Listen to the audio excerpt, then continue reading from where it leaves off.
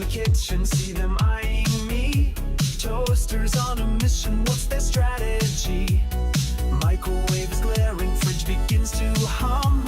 Out for domination, oh man, here they come.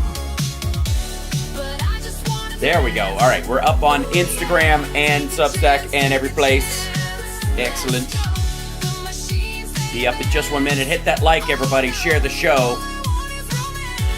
Help us cause some trouble out there. Good trouble.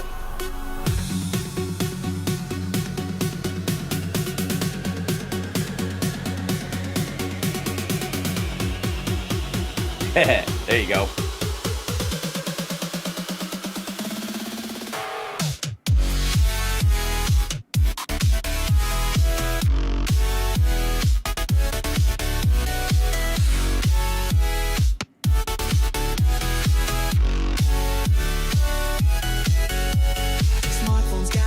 It's plotting my demise. Laptop's acting twitchy with its glowing eyes. Wired world attacking, can't they let me be? I'm just trying to groove and feel the energy.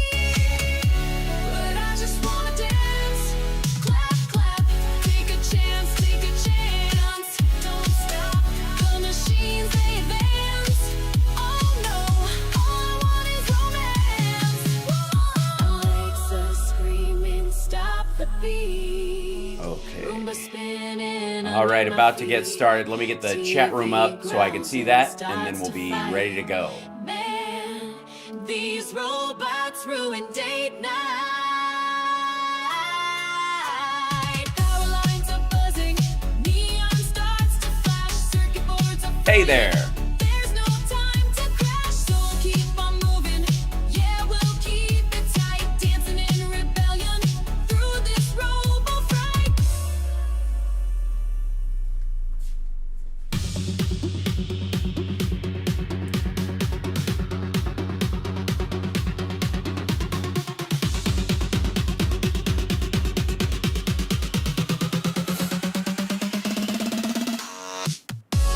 All right.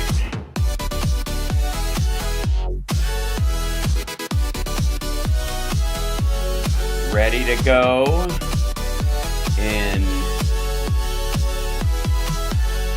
hold on, just a couple of seconds. There we go.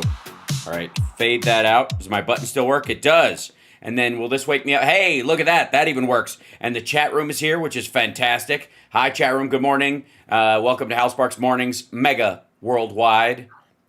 It's not just our regular morning show where we deal with everything that's the fire hose of news, but also Rob Glenn is joining us from Chicago of Root Design, of course, and our dear friend, there you go. You were busy doing computer stuff, and it's Friday. On a bunch of fronts, and I'm going to declare a few things right out of the gate. Okay. That are one that's primarily annoying me, that I am seeing everywhere as part of a news trend, which is, and I'm going to put my foot down on this. There is no AI bubble. The idea that an AI bubble is about to burst, we're at a point where people were the .com boom and what became like the tech bubble that burst around that time had a lot to do with the fact that everybody was going to invest in their URL and buy Coca-Cola.com and all these kind of things. And there was a huge portion of why the money fell out of it was this idea that people would be able to squat on these names and then ransom them to the companies at one point. There was a big window of that, where most of the money that was going to be made in the rush in the .com world was not in the creation of websites and in the software like Dreamweaver and people making their own sites, and the money that would come through them, which, by the way, if you want to see how that worked out, look at Amazon, Etsy, eBay. It did work. What the bubble part is that there's gonna be this kind of like junk hacker zone of people barnacling on it and making money on the slide just by like buying up for $2 all these, IBM.com, and then selling it back to them for $1 million. And some of them used the promise of that money to borrow money to create their own companies, Like they literally were leveraging it. There was this idea you could I own Coca-Cola.org and they're gonna have to buy it. So, go to a VC capitalist or somebody like that and go, give me 100 grand so I can start my thing, and then I'll pay you back with that money, or I'll have profit coming in because I also own this. This is an asset. And it didn't work out. And a bunch of these companies just started to collapse. And then there was like this Armando Montalongo, people who own 12 houses by borrowing on the one before it, that if you miss one payment, the rest of them go away. That was effectively what caused it. The rest of the internet stood strong. Like there wasn't a bubble. It was just a bunch of randos, trying to make money around the edges of it, like how you could kind of scam this money out of the new internet wave. The mechanics of it are obviously strong. Like I'm on it right now. People are watching it on their phones right now. It is integral to everything that people use in every aspect of their digital life.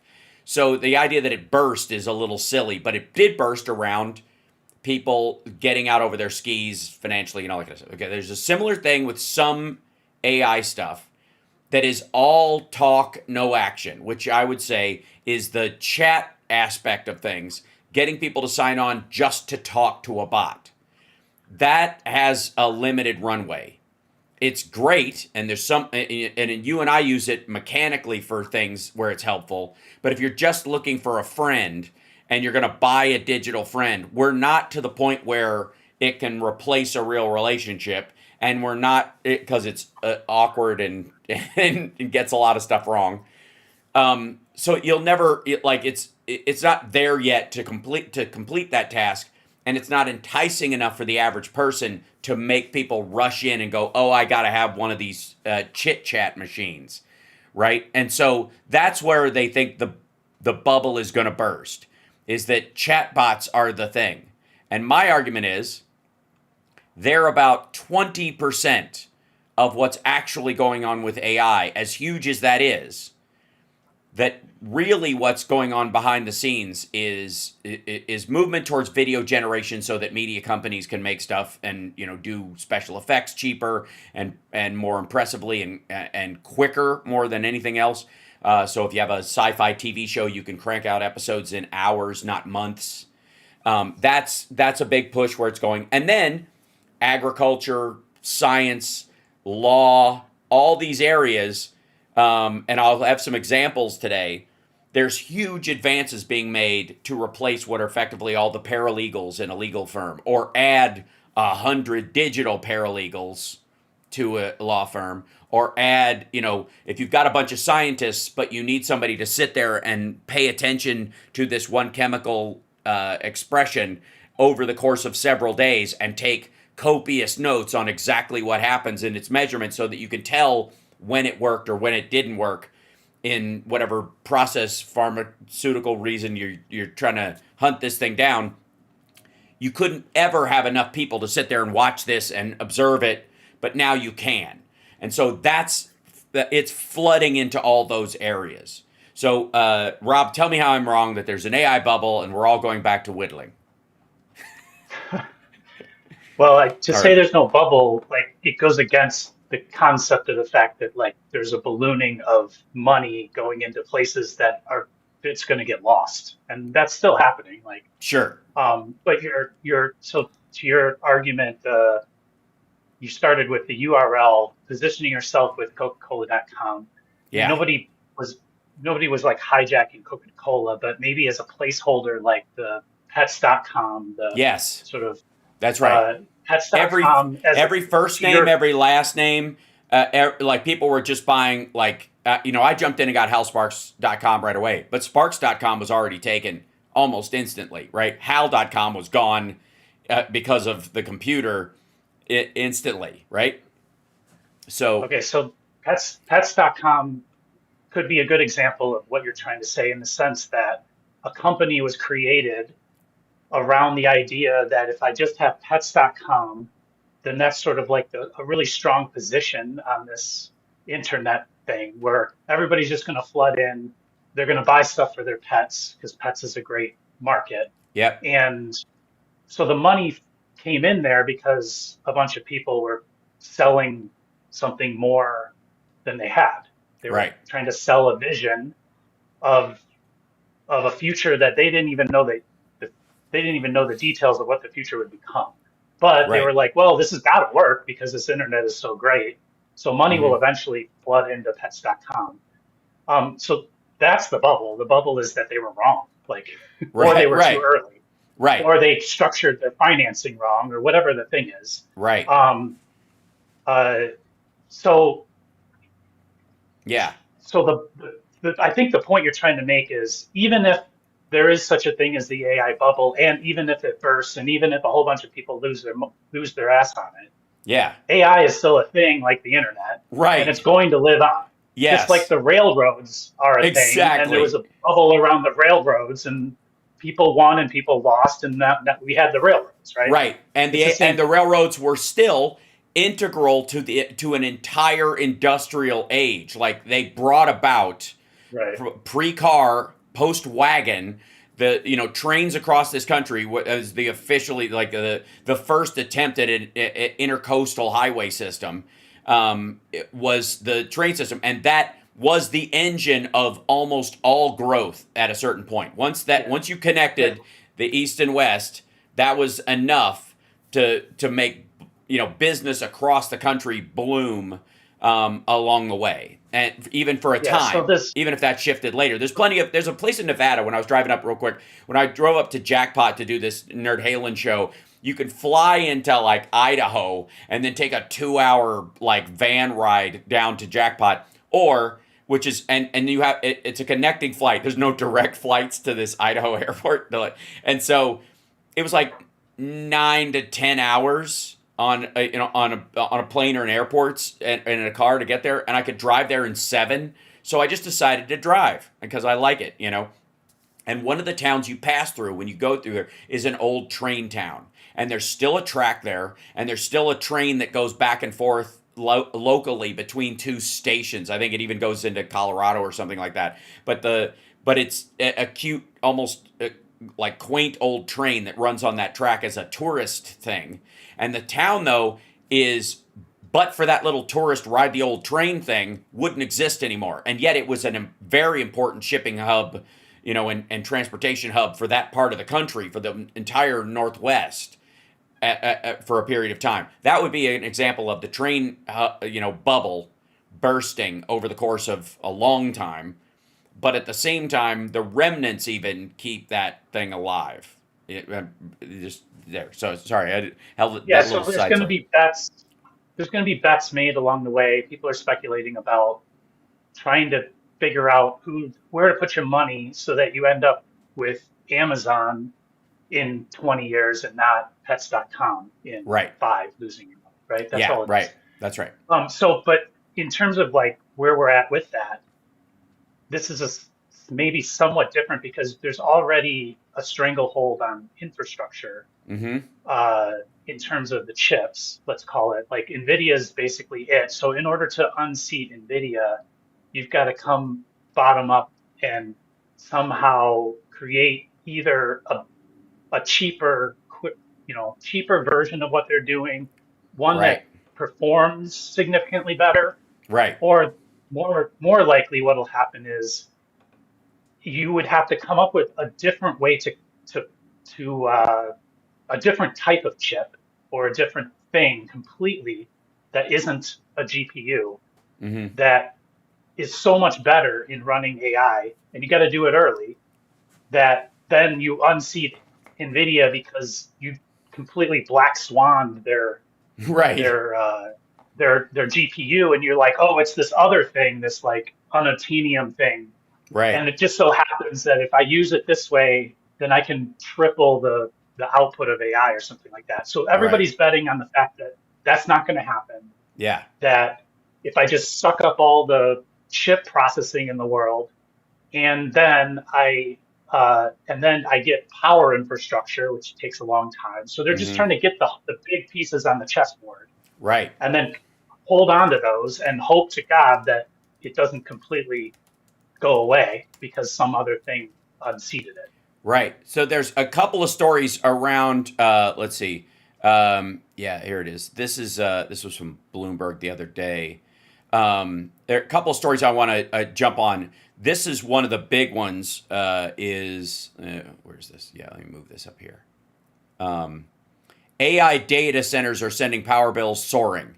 Wholesale electricity costs as much as 267% more than it did 5 years ago in areas near data centers. That's being passed on to customers. Now, I went and looked immediately afterwards because I'm not far from Switch here in Vegas. And Switch is a big cloud computing company, and they have just offset, a lot of, they're picking up a lot of AI slack. They were just kind of like a cloud storage facility that was growing hand over fist. But now they're also acting as a data center for some of the AI until their, giant facilities are built. And I checked, to see if it was affecting my power. And they have a contract for renewables that tie to these three big solar generators outside of town and the hydropower from the dam, so that they don't add on to other stuff. That's why they came here, was because Vegas has such a huge energy draw. There's already sort of an ancillary overflow because they're expecting 20 more casinos over the next 10 years or something. So the output here is fine. But in upstate New York, in Texas, where the grid is already weak, they're building these things, and the power part of it is going to come later. So yet another thing that Trump is going to have to sell to his people, where he promised to bring down the cost of everything. And yet at the same time, it's driving these prices up. This is one in Virginia. And then there's the story that anecdotally, the story that they tell in this is that there's a blind man who, has a lot of devices in his house for getting around, and his power bill just went 267% up because of the draw of this data center that's suddenly there, sucking up all the power. And that's not even a major one. This seems like an easy one to me. This is a pivot away from, or should be a pivot away from tax the rich, instead, like a higher tax. What am I trying to say? Not rate. When you make more, you pay percentage. More. Like your bracket, a higher tax bracket. Sorry. Mm-hmm. Sure, that's okay. I'm off today. Anyway, so instead of the tax bracket, the progressive tax rate, I think what could happen right now is you basically make them pay for their power, such that it doesn't change it for anybody else. Because if their draw is causing everybody's price, make them pay for everybody else's price increase. Right. And that's how, I think, to me, that's a very clear, direct way. You use it, you pay for it. Like, that's not even a tax. That's a cost of goods. Like, that's an input, to your process. And so the idea of that this entire industry just gets this stuff for free is totally insane. Mm-hmm. And I think that's a great way to go at it. Is if it costs you, in order to run your data center, it costs you X. You pay X. That's it. And that X can't affect your neighbors and their power bills. Right. I think it should be that simple. I completely agree. So, and like I said, part of this growth thing is the adoption factor, is that companies, like, you might offer a service as an AI company, and then adoption goes through the roof immediately. And one of the best examples scientifically is Claude, is Anthropic's AI is really leaning towards, being the research and research assistant and, productivity for like the hard sciences and law. That's where they're driving this thing. Less about the conversational aspect of it, because they consider that the easy part that will be solved by somebody else, and then they could just kind of slap it onto theirs. But working out its kinks in terms of helping with stuff that matters, right? Well, as soon as that showed, some level of efficacy that has a mistake window close to what an intern or a new employee would make, that everybody jumped on it entirely, even if it didn't mean purging who was working for them. And you do have some job, I would argue there's a lot of talk about job hiring and layoffs and that kind of stuff. I think that has a lot more to do with Trump's tariff stuff than it does with AI. I think, quite frankly, people can't project what their cost of business is going to be 6, 8, 10 months out. So they're not hiring for next spring or even for the Christmas cycle if they can't tell how much everything's going to cost. So they're going to try and cut it. And anywhere they can do that, they'll do it with physical efficiency, and fewer people. That's what they're going to end up doing. We're just going to have to suffer in that area and focus on advertising, which you can make up with other stuff, which I wouldn't say is AI doing the job. It's that they're only doing jobs they can do with AI. They're only taking on extra work. Okay. But this, So can you yeah, pause for 1 second? So there's two things. I saw somebody say in the chat, the wealthy should pay for this. And my point here is that instead of saying the wealthy should pay, you say investors in AI should pay for their right. product, Yeah, for the production of their product. And then there's a second one, and I think this kind of dovetails into it. I lost the person's name. Oh, Donald Schilling said, usually in life, the more you use, the rate is less. And he's like, that's so the normal thing is if I make a widget right. and I use metal, and the more widgets I make, the more metal I buy, I should be getting the metal cheaper. But so AI in this case is a widget. It's got input costs, Right. and power is the inverse of metal here in this case. The Yeah. more you use, in theory, the more expensive it is, because if you start to get to it's like sort of like the reverse supply and demand problem, right? Like the Right. more demand there is, the higher it Well, goes, because because there's you ubiquitous need to, demand on energy, whereas steel or yeah, something like that, like the neighborhood doesn't need, like every house isn't needing a certain amount of steel to right, run their house, right? And so you're buying a commodity off of someone's, their deck, off of some right. port somewhere, and that's why you get a break on it. But energy is something that everybody needs. Right. So in this case, like we can just use the market to fix the problem. Yep. So make their energy more expensive because they use more. Like it's Yeah. that simple. Because it's the input to the thing, and the more the inputs cost, then the more money your app costs that you mentioned. Like whatever you build off of that infrastructure that you then go sell, the more that becomes. And what happens effectively is like that app's got to be really good if you're Mm-hmm. going to pay $50 a month for it.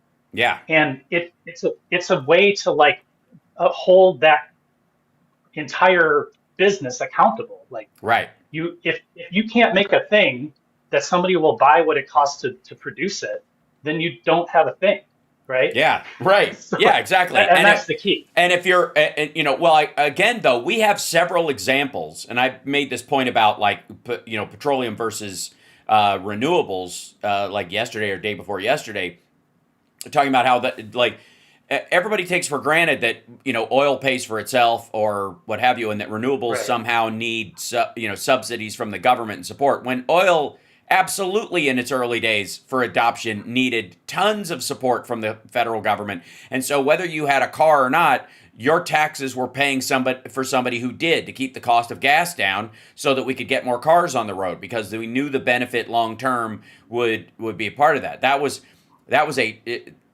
where we were literally subsidizing these things. Now we're not technically doing that with AI, except in like, I guess, loan guarantees and the like for them to build new facilities. That's no different than sports stadiums and stuff like that, or tax breaks on it. But where there is need for perhaps a subsidy or a secondary support that's either got to come from them if they're not profitable yet, but we know they're going to benefit society long term, right? That's the argument. Then the taxpayer should be picking up the slack, because it's something you use across the entire country. It shouldn't land in somebody's lap because they lived 6 blocks away from one of these data centers in Maryland, and this blind dude who's having to, see the price of electricity in his area go up 267%. That shouldn't be on him. That should be on the general public, since we're all going to benefit the same way we did with petroleum. That would be the theory. I think, but I think differently. I think it Sure. shouldn't be on the public at all. It shouldn't be Right. subsidized. It should be on the people who invested in it. Somebody Right. said, yes, make energy cost more. We should campaign on that. I think they're being sarcastic. Yeah. I'm meaning make it cost more for the people using it the Yeah. most, which is AI, so that it doesn't get more expensive for everybody else. It's effectively it's a market driven tax. Like Yeah. your your inputs Your cost more corporate than you are draw, paying yeah, right now. yeah, that a corporate So draw on this particular thing that's reaches a certain amount of if your draw exceeds a certain kilowatt level, then you can, especially during peak hours, where like we already do that. By the way, there is a version of this already, which yeah, is sure. while your lights are on during the day, in a business or in a house, or you're running your air conditioning or whatever, that's a peak time, and so the price of energy goes up. That happens to the regular consumer already. At night, it's cheaper, and so if you have a battery system in your house, you can draw power during the night and use it during the day, and it lowers your energy costs. There is an argument that for AI companies to have to do something along those lines, where they have to have a battery system where they're drawing during the night and they're paying, if they're not going to pay a lot more than anyone else, because it's an extraordinary draw. So that's something that will have to be worked out. It's probably going to have to be worked out state to state, where, California, where there's a bunch Well, of these, or yeah. Arizona, or Virginia, or North Carolina, and I think even Georgia, they're building these facilities, and they're going to draw on the power grid in those areas for a period of time. It's going to outpace everything else. There is um, it's a massive draw. So at some point, I think our answer, if I can paraphrase what we're talking about, is a progressive cost structure for AI when it moves in, because the draw is so extraordinary. If the benefit isn't going to the community, I think one of the ways you could probably offset that is freeing up services, and this will increase the draw on the AI, and actually use more energy, but probably marginally compared to its national or global use, is because this is also a global use problem, that a lot of you think of it as like, well, it's OpenAI, it's ChatGPT, it's in the country, and therefore, people all over the United States are using it. That's what's driving up the thing. But you've got hundreds of millions of users worldwide that are not paying the energy costs that are happening in the United States on the cost of the service, because it's set at a price point that doesn't have to deal with that yet, right? And it might even Mhm. be that there's a point where, since you're drawing on the American grid, if you have an account on ChatGPT or Anthropic or any of these other ones, and you live in India or Macedonia or Europe, anywhere, you pay a higher price, because you have to deal with some of the power draw that's happening in another country. That's a secondary effect. So it could be passed on to users outside the area it's being used, and it can also be passed on to the investors to go, you're not going to see a return on this. Now, some of it already is, for the record. Some of it's the power company's algorithm that's causing the rise, because it's designed for, if there's a spike in use, it spreads it across everybody instead of the direct draw from these companies. And it's one of the reasons why I think Trump and everyone around him is talking about power sites right next to these places, because it's the only way to answer it without redesigning how everybody pays for power. Like, Yeah, I mean they're literally saying we're going to use a facility that's either currently not in use or take it over altogether and just be right. that's our power station and we're responsible for it. They're kind of going down that route. Somebody said something about Ohio and that industrial locations pay a different rate and AI data centers should as well. That's the point I'm Yep. trying to make. Yep. I have a commercial facility here. We have machines. We run, a lot of power. We run it all the time, 24 hours a day. The power is more expensive during the day than it is at night, just as you said.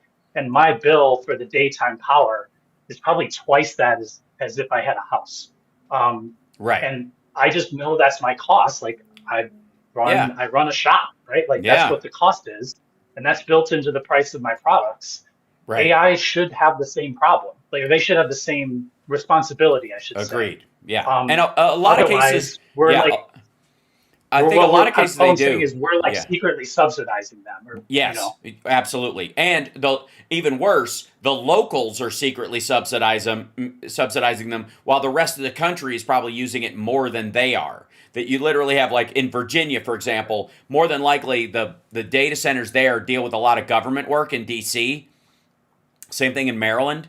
That there's a huge draw from K Street, from the government itself, from congressional offices, from lobbyist groups, whoever's using AI, and in mass media groups around these things, any of the organizational aspects of it, and that just DC alone is power drawing out of these areas. But the facilities aren't in DC. It's proper. But the close by ones will be, because of the milliseconds of travel that you're trying to get to speed up every micro second counts, every millisecond counts.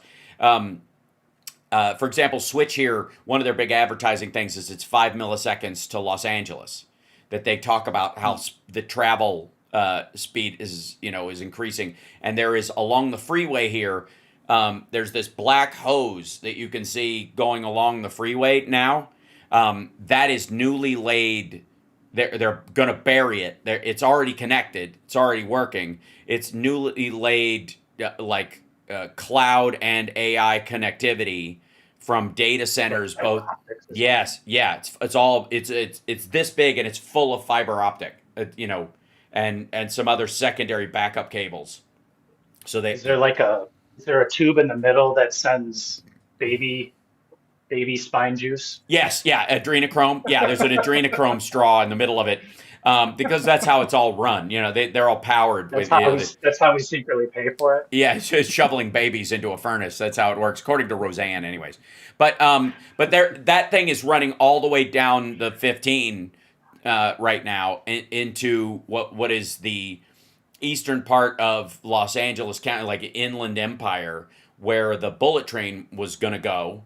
That area, there are a ton of data centers there. Some of them run by Amazon, some of them run by others, and it's about that connectivity. There is so much work being done in these areas that is some of the stuff that Trump is counting on patching the holes. That's where his trillions of investment idea. I think I figured out where he got that from. I think I figured it out. There's been a ton of talk around robotics and about AI, about how there's $15 trillion going to be added to the economy in the next 10 years from these things. That's been, people have been talking about that as a layer of things, for the last 2 years.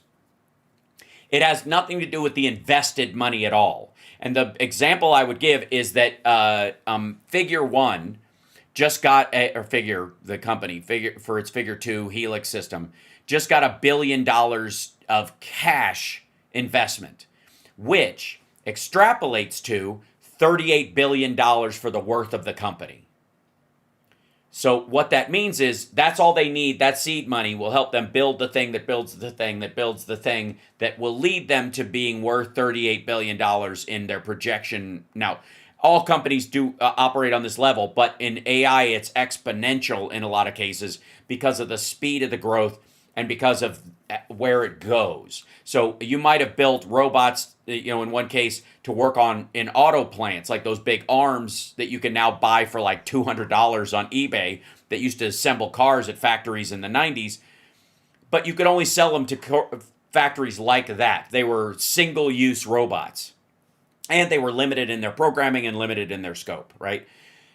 The idea is that humanoid robots or shipping robots or the kind of those little trucky robots they use in Amazon facilities, those things you could sell all over the place. Like people could have technically one of those in their house the way that we all kind of have a furniture dolly sitting somewhere in the house.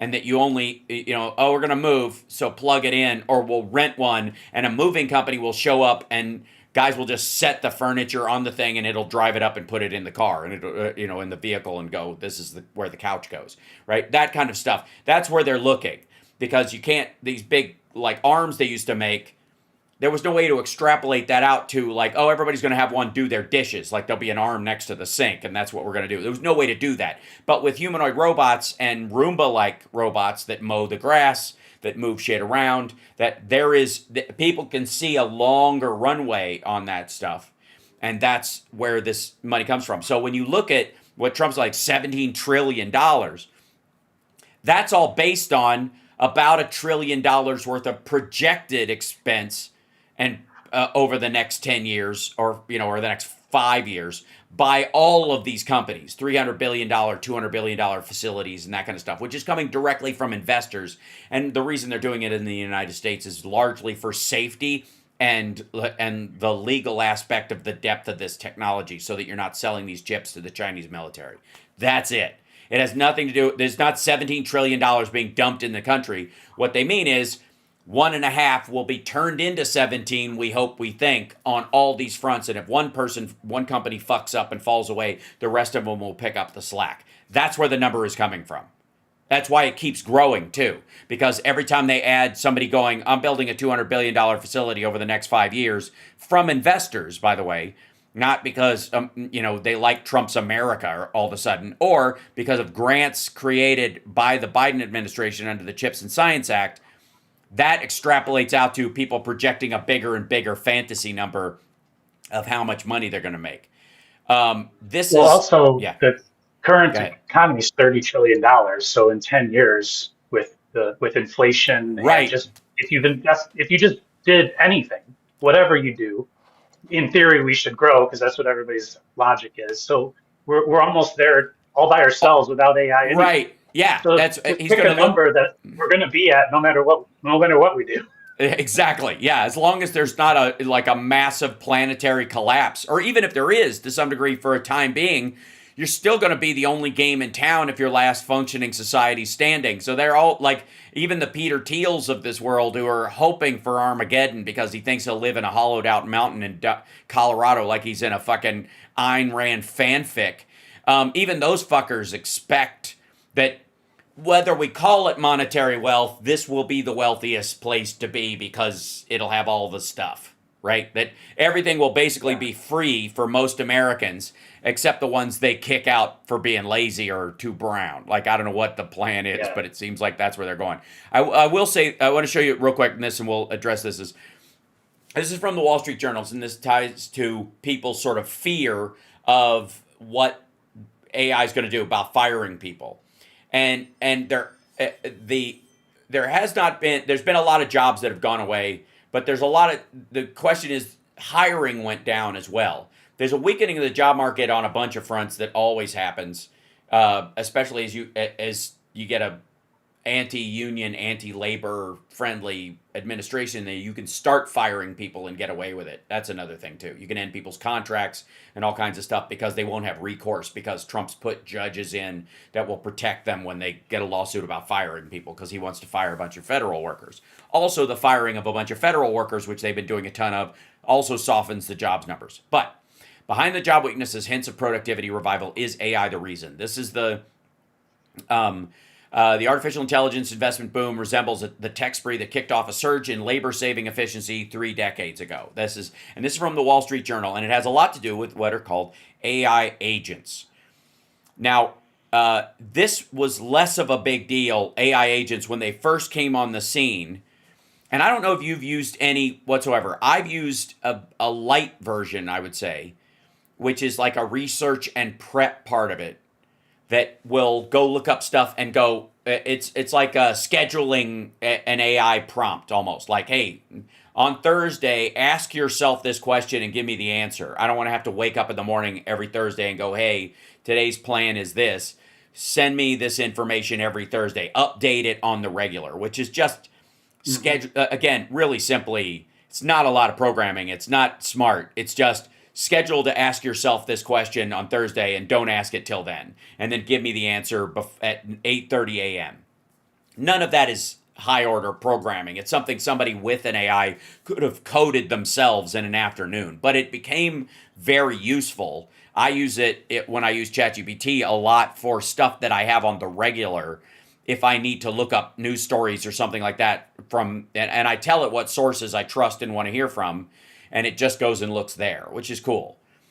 It doesn't stop me from going and looking on my own and finding other stories, but it gets the baseline covered, right? I don't have to go hunt the normal stuff down. I can do that. It's really good. But so I wouldn't call that agent work. Have you used anything that even remotely is like works in the agent area where, most people talk about it like I'm a scheduling flights and buying plane tickets and that kind of shit, or buying things yeah, for you? I'm currently building. So we launched a new product about a month ago, and the number of emails, like so we have two ways to speak to people. One is just through Instagram because we have a really good Instagram presence. In Meta, the business suite, there's like tools that you can use that will sort of like um, guess at what the answer should be. Mm-hmm. So if somebody asks you a question or sends you a DM, a lot of our stuff comes in through DMs. It'll Right. sort of say, here's what we suggest you should say back to them, but Right. you're still a human in the loop, right? Right. So what I want to do is build my own version of that for emails. The emails that we get that are direct emails. So somebody goes to the site and sends this message, and then there's a ton of like order stuff. Like somebody orders something, there's a little Right. communication. You got to have a history. It's basically a CRM, a customer or CRM, I think is the name, customer something management. Uh-huh. Anyway, that's what Response? Salesforce basically is. I I don't don't know. know. R Yeah. is relationship, customer relationship management. There you go. That's what it is. So at any rate, like there's this massive amount of information. So the closest I'm going to get to agents, like you're speaking about, is I want to be able to have something instead of going to the inbox and being like, I have to get through these 25 emails. Yeah. I want to go to the inbox and I want to review the response that it gave to all 25 emails and then hit yes or no, or change it and hit go, or just accept it, right? And over time, what's really cool in like I've already established an AI, what ChatGPT calls, well, it's just in the memory of ChatGPT. Right. So it knows the voice of all the writing that we've done. Mm-hmm. And so I'll literally say, I would like to express this thing Right. in our voice. And then it'll give two or three options. And then I will choose the option and then tell it which one I chose. So that in the memory, it basically knows what we've talked about and it also knows what we've chosen. And so now, like over the last 3 to 4 months, it effectively is mimicking us. Like we created a voice Right. and it's maintaining that voice as Mhm. it does Response all to of its people. writing Right. in responses to us, right? Right. It's so in that sense, it's sort of agentic. It's just not. I'm never going to be ready to be like. It's just going to automatically hit go and Yes. somebody Talk to says, people. "Hey, you screwed up my order," and it responds with something Well, that I screw don't know it you. responded. Right. Yeah. Right. Screw you. Then screw you. Well, I did it on that's your purpose, you fault. you jerk. I've looked up your shopping history, and you write this kind of shit on everybody's page, you prick. Right. Right. And by the way, Right. So I'm that's sure we'll get there. the first person who uses Grok for their CRM is, I guarantee, going to at least like run into that happening at least once. Hey, I recognize you. You're that asshole who goes on Amazon and shits on books you've never read. Yeah, I got your number, buddy. Is this you? And then puts a picture of them in their yard on the screen. Like, so so that would be one like a circumstance where hiring somebody to do that, it almost doesn't exist, right? Hiring a person who is a branding specialist who helps you coordinate your language for whatever, like finding a That person. does exist. I know they do, but That finding exists, for one sure. that they all, if they do work, you they like. work in teams for Warner Brothers or Coke. But the idea that you'd Yeah, find right. like a freelance one that could work for a paycheck, that because the amount of stuff they would have to take in to manage that and all that stuff is just enormous, right? So that would be a situation where you've added a job but not a person. It doesn't mean you've taken away from the people that you have Right. working for you. You've just added a role. Okay, so the Wall Street Journal, in that article that I was pointing out, is talking about how there's this weird thing happening with the economy that nobody can quite grasp. except me. You're welcome. That has that has a lot to do with the fact that they're projecting this rise in GDP from what people are doing versus the number of payroll additions there are, percentage of people added to the payrolls of companies. You know that it will be inverse for the in very much in line with when things started to go online in the late 90s, early 2000s. That there was a period where if you the example I would give is that if you wanted to catch a killer, you needed to hire more cops. And then the VICAP thing came online, and then you didn't need this communication between people. A cop in one area could just look up the fact that this guy they caught is actually a murderer wanted in Utah, and they found him, over here. And you didn't have to have six people answering the phones and talking to different things. If you wanted to catch this guy, you could just do it, right? So the GDP in that situation, catching these bad guys, became a lot easier, and you needed fewer people to do it, right? There's a similar thing here with like the gross domestic product expecting a rise, and this is about expectation, but of about 3.5% over that. But that payrolls are not going negative, but they're going up at a slower rate. They're tearing down. Now that does not mean that fewer people are working necessarily, or that we have this collapse where nobody's working or people are getting fired in mass. What it means is that the GDP rise is not tied to that as much as possible. And what you have is, I think, by and large, a situation, and Mark Cuban talked about this and his use of AI, I think, at one of these little gatherings, it was here in Vegas, about how small businesses, individuals, now have at their disposal an army of bright interns. And if they start using agents for these things, you could start a company that can compete with the big dogs almost instantly. Obviously, there's some benefit to relationships and all that kind of stuff. It's always better to have a shit ton of money and a shit ton of employees. But if you can't manage that, if you got to start from scratch, there's never been a better time. And you could have this kind of GDP growth, which only competes with these giant, for your own company, let's say, you could only compete with giant real estate firms or giant production companies or whatever with this many employees. So you have the world of indie being more powerful than it ever has been because of this.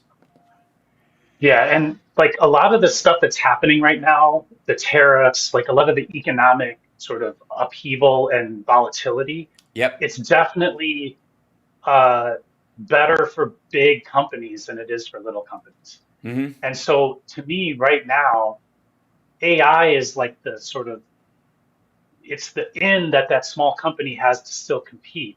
It's really the Yeah. only one because Right. like the craziness of policy is just it's Right. decimating small businesses right now. Yeah. So in these cases like it is the tool, it's the drone in Ukraine that Yes. allowed Ukraine to fight the big bad Russia, right? Um, and so we are trying to embrace it in that sense, not to like get rid of jobs, but actually to create jobs when we figure out the formula that we can run a business out of, we have to figure out a way to sell product differently Yeah. that we make here in the US. We have to figure out how to market it different and make it different and make it look different and all those things, right? So on the way from 0 to 3 jobs and then 5 jobs and then 10 jobs, we have to use AI because we can't Right. do it any other way. And our government is not helping us. Like they're gone. They're out to lunch.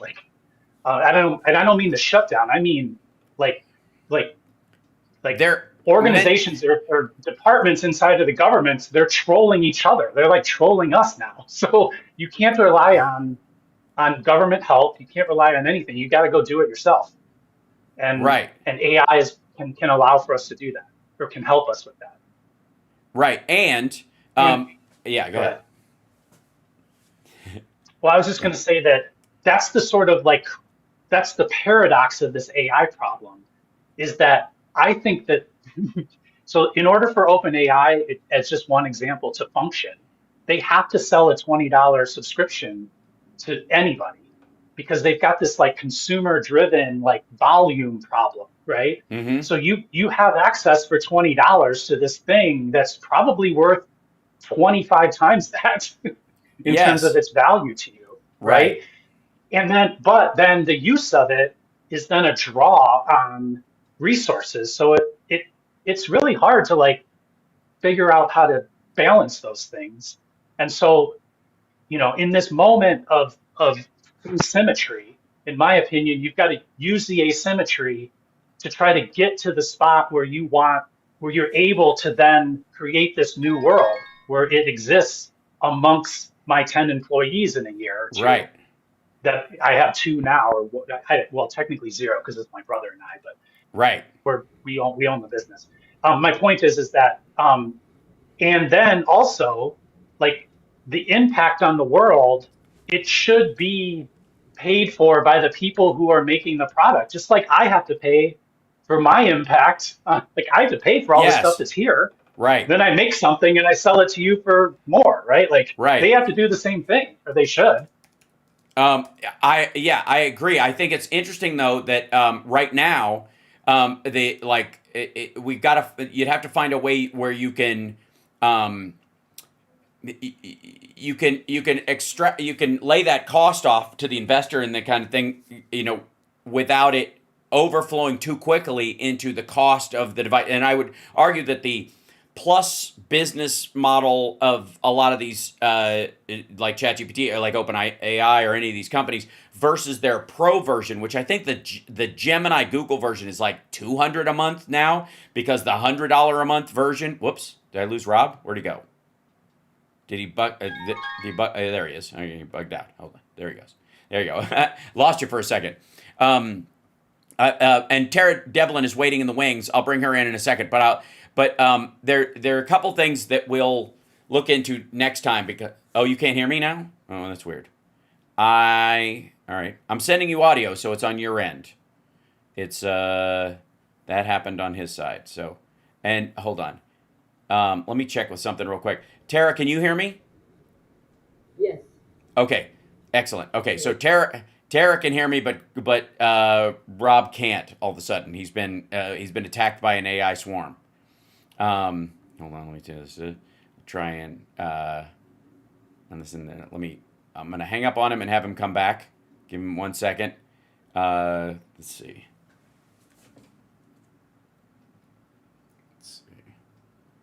Where is he?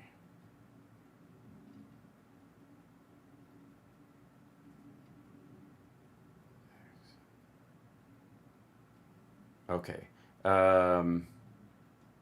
Where is he? Let's see if he pops back in. If not, we'll talk about this more the next time he's on.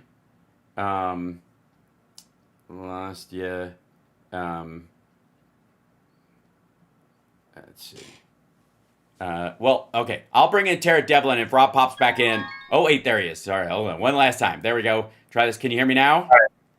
Yeah, my browser crashed. Sorry about that. Oh, that's okay. It happens. So I was just going to finish up on this, and Tara Devlin's waiting in the wings, and remind everybody that we're talking to Rob Glenn from Root Design, and he and I are much more bullish on this whole AI thing than everybody else is for its practical function and use. But there's got to be an answer. I think we've agreed on like where the cost of it goes, and if you're not going to put it on the consumer yet, if they want to keep it at a price point where they can continue to spread and gain market ground, which is what you do, then the investors themselves have got to take a hit on this. Now that points to one big elephant in the room, which is this week OpenAI became the most is the biggest private company. It surpassed SpaceX XAI. It's now worth $500 billion, and it has yet to turn a profit.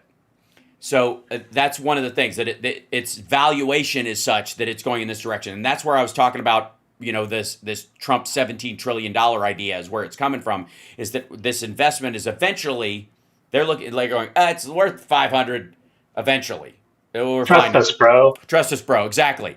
And there's an element of that in the humanoid robot world that's just about to crack, and they know it. And there's going to be probably spring, you'll see 150,000 robot level production available both from the United States and China and Europe. And then it's just going to stack. By Christmas of next year, the price point for Yeah. one of these robots is going to go from 30K to 7, like that. And that's the thing they're going to So have to deal with. I think physical robots are going to be different because they're physical and they Yes. marry up much closer to what we know. Yeah. OpenAI can hide in this like cloud internet kind of like world where everybody's Right. totally batshit crazy, right? When it comes to money. But Yeah. when it's a robot, like you're buying a physical thing, it's Yep. getting You can delivered see to it. you. Either it works or doesn't. And then there'll be videos of them working and there'll be videos of them not working or like failing in funny ways, right? Like, Right. so it is a physical product like a car is or like anything you buy. Right. So it in theory should be more connected to reality. Yes. Gravity plays a Unless much they bigger all part. become like, Yes. yeah, unless they all become like Tesla, where they like try to convince everybody that, oh, there's these cars over there, but there's this other thing over here that's, Mm-hmm. worth $5 trillion when our cars might be worth 500 billion, right? Like, Yeah. Well, that's the sales point that he thinks he's switching from that mechanic to this. But what is definitely true is the acceleration factor of it. There's a gathering right now in Seoul, South Korea, the IEEE-RAS 24th International Conference on Humanoid Robots, and it used to be a boring little get together. That they would have, it was like everybody could like marvel at Osimo and watch a couple of little like remote control humanoid robots walking around. Now it's the autonomy is the message, and there are so many robots fucking walking around and chatting with people. It's absurd. And again, the speed by which it came is what they're extrapolating out, because you're absolutely right. And then once that happens, think how many different smartphones there are and flip phones for people who aren't ready for a smartphone still, and iPads, and people can get calls on their laptop now. There's an element to that with robotics as well, where there's going to be a market that people aren't even aware of for calls and the like. I'm going to bring in Tara Devlin so we can get to that. yeah, But that's next time. We got to cover what I would call. Hold on, let me see if I can bring it up here, because I made a graphic for us, and eventually we'll have a segment directed to it, which is AI slop. We're gonna next time we're gonna cover all the AI slop that's out there and show people all right. Looking the other forward way. to that. Yes, absolutely. I'm working on stuff behind the scenes for you and I really am. All right, I will talk I'm to you going to soon, work my on friend. my lighting. I'm in a dungeon right now, but Yeah, I'm going to work on, because I'm at the I, shop, but I'm yeah. going to work on the shop Yes, I soon. feel like we're I'll talking see to you you guys. from like I'm your lawyer. And Maybe you are. right. All right. Awesome. Thanks, Rob. Talk to you soon. Bye, everybody. Okay. Have a good Cheers. There he weekend. goes. And then let me bring in Tara Devlin, who does indeed rock as well. And we'll pop her. Let's see, move this over here and swap this over here. And just give me 1 second. And I can hear her in the background. She can hear me just fine, Yes. it would seem. And let's see. There she goes. Excellent. And ladies and gentlemen, I bring her in now. Tara Devlin. Oh, and, and the AI slot graphic went. Sorry, my bad. That's just gross. I love Oh, your mic's funky. It sounds like you're really. far away or not using your mic. Okay, now there's nothing. If it comes back. It sounds like you're using the mic on your.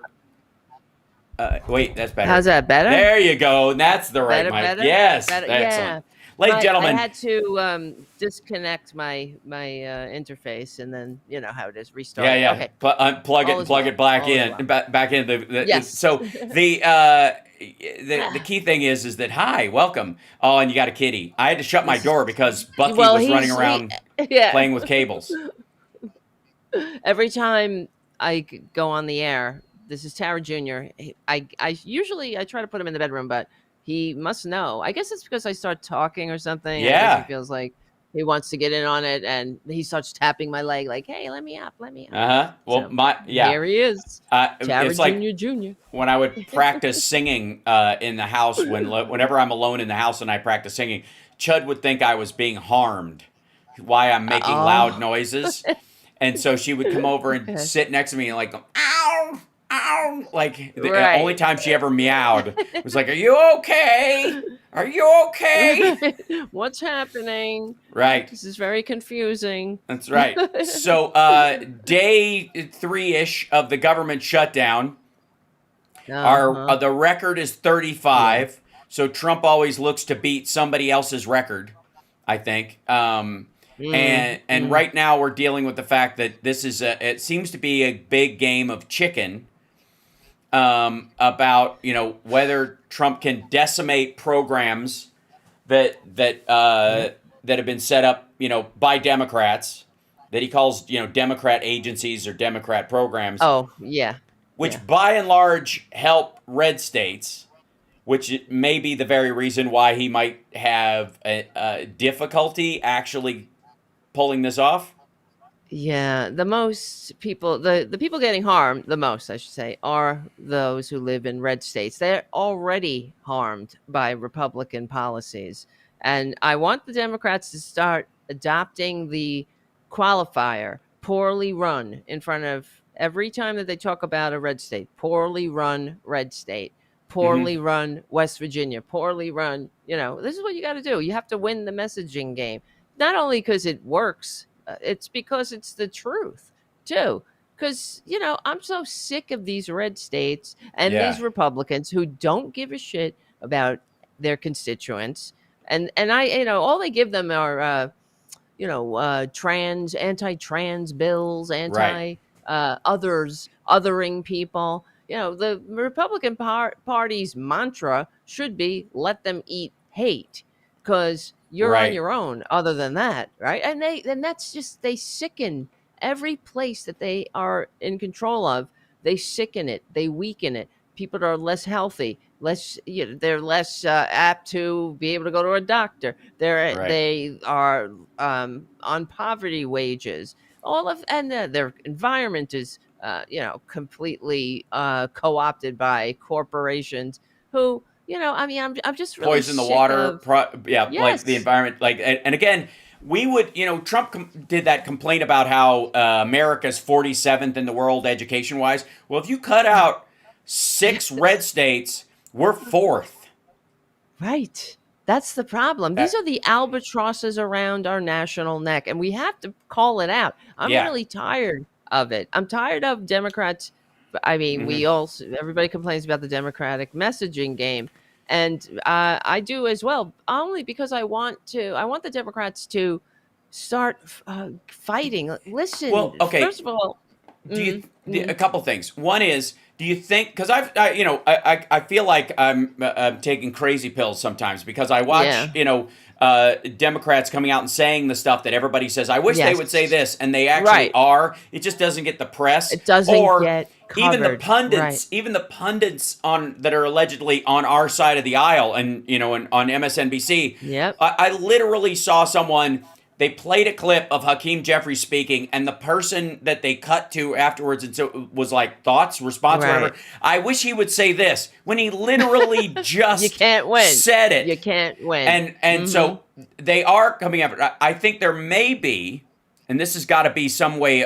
We got to differentiate. Maybe it's states versus states, Mhm. and we got to do a little bit of that like basketball team kind of rivalry stuff where Yeah. they're afraid to mock red states because each of their states has a rural district that's sort of a red Yep. state within it. Illinois, California, they have these areas that are rural, but they do a lot better than, say, Mississippi, Alabama, Tennessee, those states, because they have the funding from San Francisco and Los Yeah. Angeles and stuff backing them up. And Exactly. it's direct state funds. And so there might be something to be said about start to play up the red districts in your own state as a blue state. Start Mhm. celebrating the fact that they're not falling behind, that they have better Right. scores and Yeah, stuff there's when they do right. because of the funding they get from Chicago. That's right. That's right. And I mean, it's just the selfishness that really irritates me, how the Republicans in these red states, they suck on the government teat, but they have no manners, decency, maturity to say thank you. They can't even Right. say the name of the Democratic Party. And I don't know if we've talked about this Yeah. before, I think we have, but it drives me up the friggin' wall, and it's all Right. over the place. It's normalized now. How Hmm. how is this normalized? And to me, it does matter. It Yeah. says if you can't stand up for your name, how are you going to stand up for the Yeah. really tough things, Yeah. And Right. because they define everything, they define the conversation, and they're so insincere. You're negotiating with these people, they don't give a shit. They're liars. They don't care about their constituents. They're happy to hurt them, which is almost it's like a surrealistic nightmare watching Republicans go on about how, well, now we get to hurt these people we really Right. wanted to hurt all along, the federal Hold on. government There's a. workers, Oh. as if they're not, our fellow Americans. Right. We deserve better than this. We do deserve a functioning bureaucracy. That's a Hmm. hallmark of a civilized society and a Yeah. democracy. Like when you call up the Social Security Administration, there should be somebody who picks up on the first ring and Yeah. addresses your problems, Mhm. right? That's a shining city on a hill, one that functions, but not here. They want to destroy it all. And it has to, Okay, I so do think, yeah. I'll Mhm. part of the conversation that I deal with when I watch all these right wingers, because I see way more of them than any human should have to. Oh, That isn't all in on this I'm stuff, obviously. sorry. Yeah, and Yeah. and what I will say is that they are deluded as they may be, mistaken, and I would say their common sense is actually common misconception, that they are lost in Yep. this idea. They think they are saving the country. That's the true, issue. yeah. It's not Yeah. that they want to destroy the country. Mhm. It's that they Right. think Social Security is Yeah, why there's so much crime. I'm not kidding. Well, It and they seems think that nuts. people are taking advantage. Right, That's what exactly, it is. yes. They're all on public assistance of some form, but it's the others who are abusing it, and we Right. all know who those are, right? Right. It's because they divide and conquer, As and that's what, like the Chris Rock Republicans thing are about how many good at. how many like poor white people there are in the country who are on welfare are more by a factor of 3 than there are Yes. black people in the country. That's right, and it's by percentage points more. It's Yes. not just the numbers, Right. It's by their population. capita, More right. people, right, per capita. More white people are on public assistance than people of darker pigment. Right. I mean, it's just so ridiculous. And for a party that sees conspiracies under every rock, they don't see the oldest conspiracies right in front of their friggin' face, and that is make the rich richer by dividing and conquering, especially Mhm. along racial lines. This goes back to 1619 and before. It goes back to recorded history, really. Right. How Nobody because they invented it. pitted Right. the indentured servants when Westerns. Colonists came over. They pitted the indentured servants against those who were enslaved because Mhm. there was more indentured servants and people who were enslaved. So their worst fear was them getting together and turning on the lords. And so they started to pit them against each other so they wouldn't unify by, giving Yeah, the that, indentured servants yeah. just a Part of little that's bit more.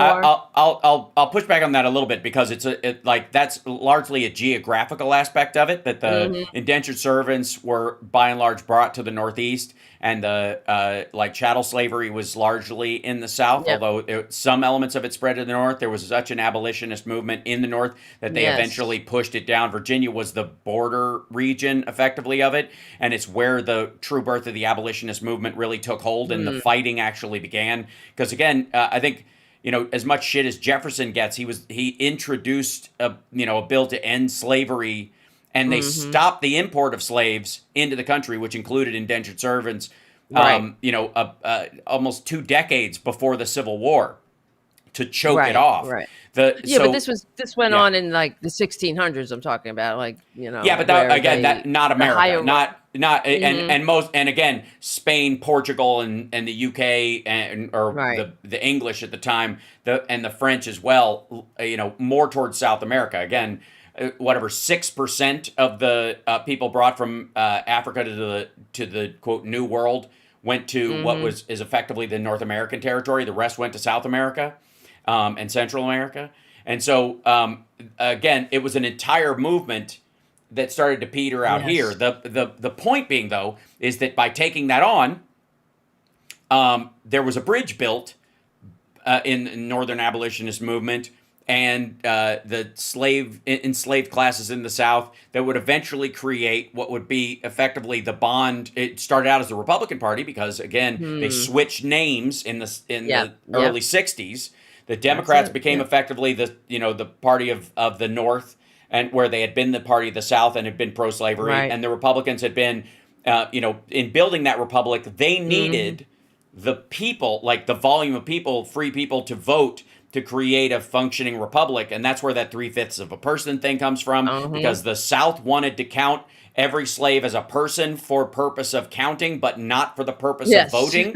And the North said, no, we want to count, if you're going to count them as a person, you have to count them, they have to be allowed to vote. And if they're not going to be allowed to vote, you can't count them as a whole person. We're not going to pretend they don't exist because resources and army and all that kind of stuff. So we'll settle on 3/5 until we can have a war about this in a few years. Exactly. And that's where that came knew from. It was coming. Right. Exactly. But So I mean, there was like back in the 1600s, that's what Bacon's rebellion was about. It was when the enslaved Africans fought together with the indentured servants against the landed colonial authorities. And that's what really, terrified them moving forward. Sure. So. Again, as a British satellite, which ultimately in many ways led to them looking at the Magna Carta and going, you know what, maybe we should try and live up to some of this.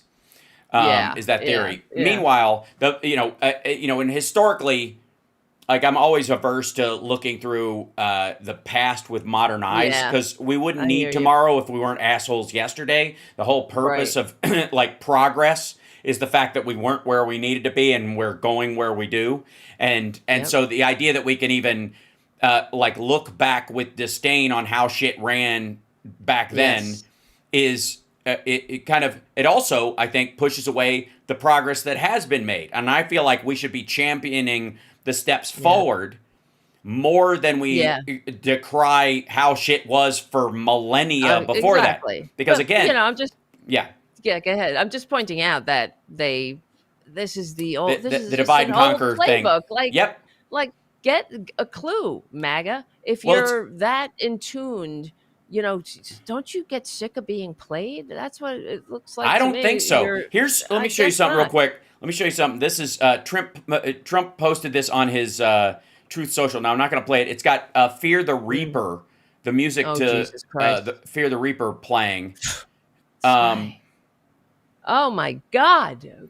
Oh my! Where do we live? Is this real? Yeah. He posted this. He posted this. Right. He's the Reaper.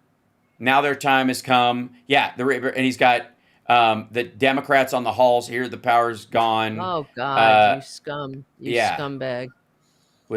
Oh no! Russ Vought is the Reaper. He wields the pen, the funds, and the brain. Here comes the Reaper. Dems, you babies, here comes the Reaper. Like, I don't know, whatever they babies. Yeah, we're babies because we want a functioning society that works for more than just billionaires. Okay. That's babyish. I know. Like this is like a minute long AI slop video, and then he plays what Jeffries was saying. Like I was saying, like everything that like on MSNBC, they're like, why won't they say this? And they're just putting blah blah blah blah blah blah blah over top of it. True. Right. And then I don't know. Because they don't.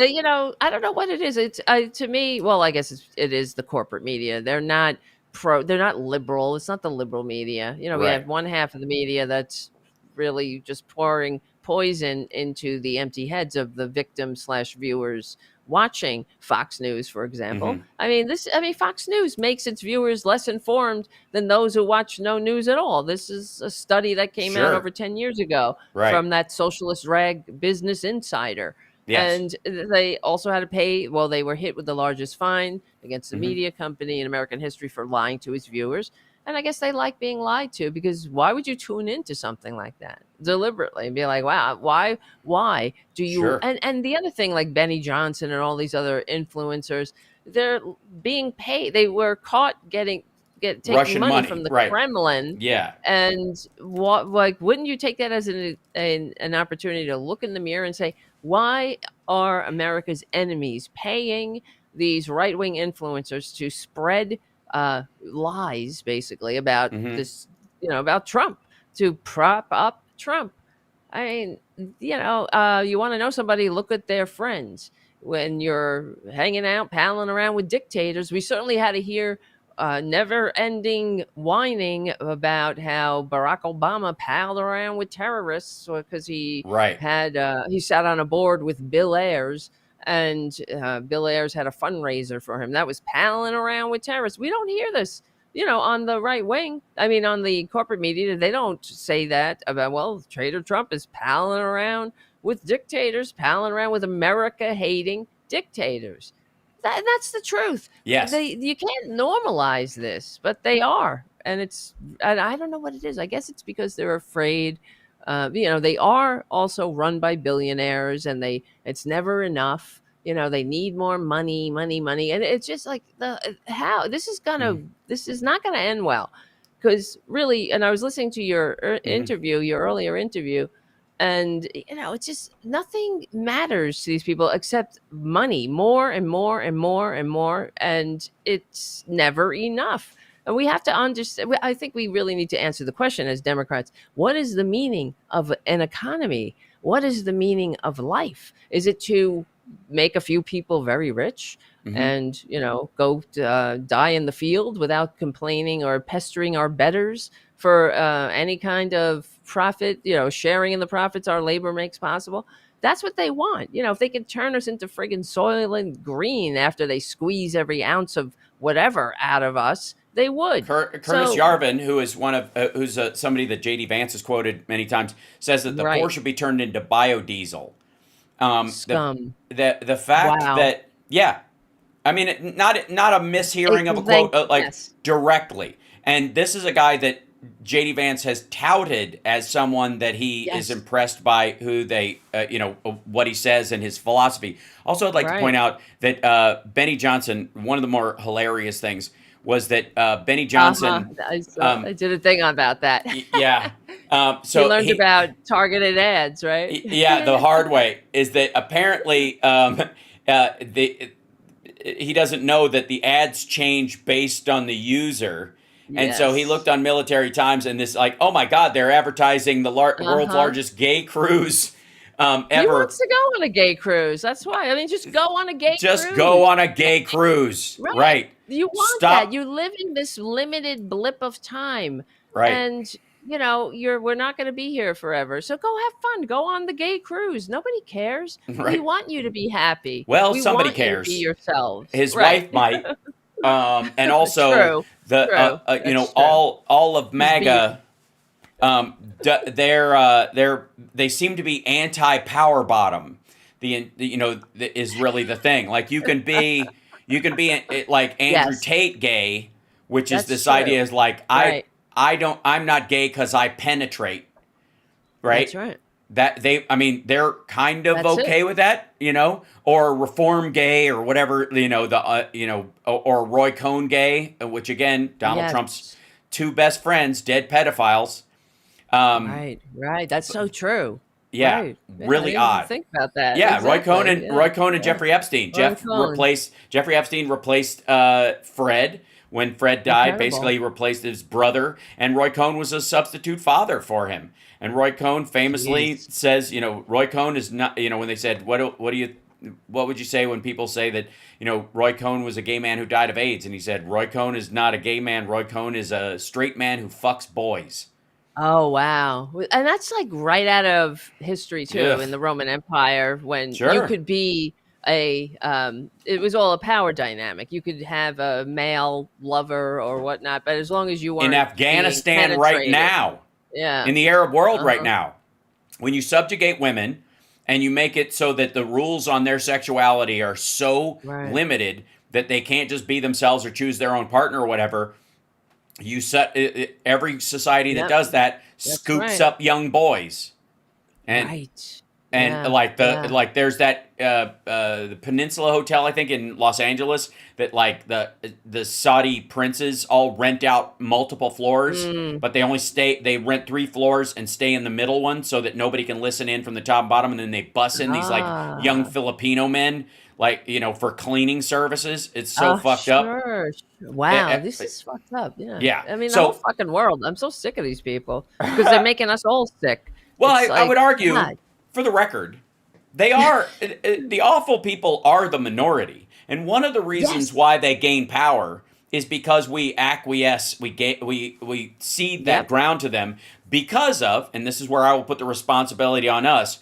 We shy away from dealing with the difficult issues in certain areas that we see. If we don't talk about the need for a border and proper security and all that kind of stuff, if we're Yes. just afraid to do it because we're afraid to sound racist for some reason, which is odd, Uh-huh. because no other country has to deal with that. Every other country has a border. You can say that and be fine. Yeah. That if, because of the abject racism of the right in talking about this, they set the tone for how the border will be Yes. discussed.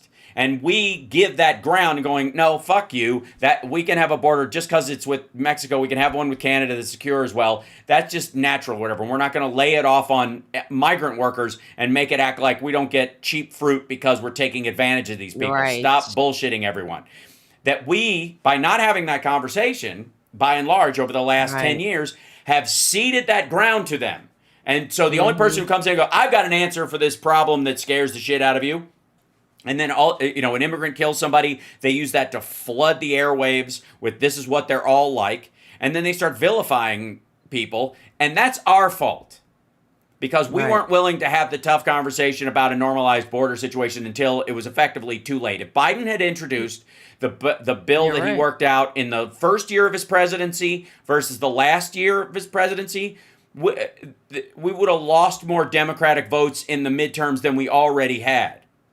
Because Democrats would have, by and large, thought this was racist because the tone was set by Trump. Right. You can't even go there and talk about just the normal aspect of it because Trump has set that we've allowed the awful amongst us. We behave sexually in this country in our interpersonal relationships based on a standard set by rapists, like date rapists and sexual and pedophiles and like. We have stranger danger, which is again a minor group of human beings amongst us, Yes. sets the tone for the fact that kids can't walk to school anymore because of our fear of that part. And that doesn't just start there. It goes to everywhere.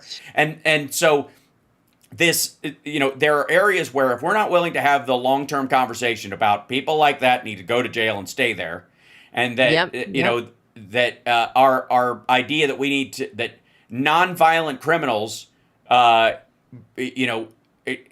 the idea that that would include anybody involved in any kind of Yes. sexual assault, much less pedophilia or an attack on a child, can get any kind of early release because prisons are overcrowded and we don't like the fact that America has more prisoners than any other country. And so we think that falls under that conversation. We just got to start letting people out willy-nilly because we're righting wrongs or some horseshit instead of reviewing why people get put in jail in the first place and making sure and vetting these people. And you get in a situation where Donald Trump just willy-nilly pardoned 1,600 Jan 6ers Yes. who attacked and beat police officers, who threatened their own families. Some of them were actually pedophiles and their own families turned them in. Got arrested again. Some of them got Yes. arrested again because of being pedophiles. I mean, Right. these are they're not well people. That's No. one umbrella they fall under. They're sick. They're very sick. Which, So, they're all like sick. pedophiles, you mean?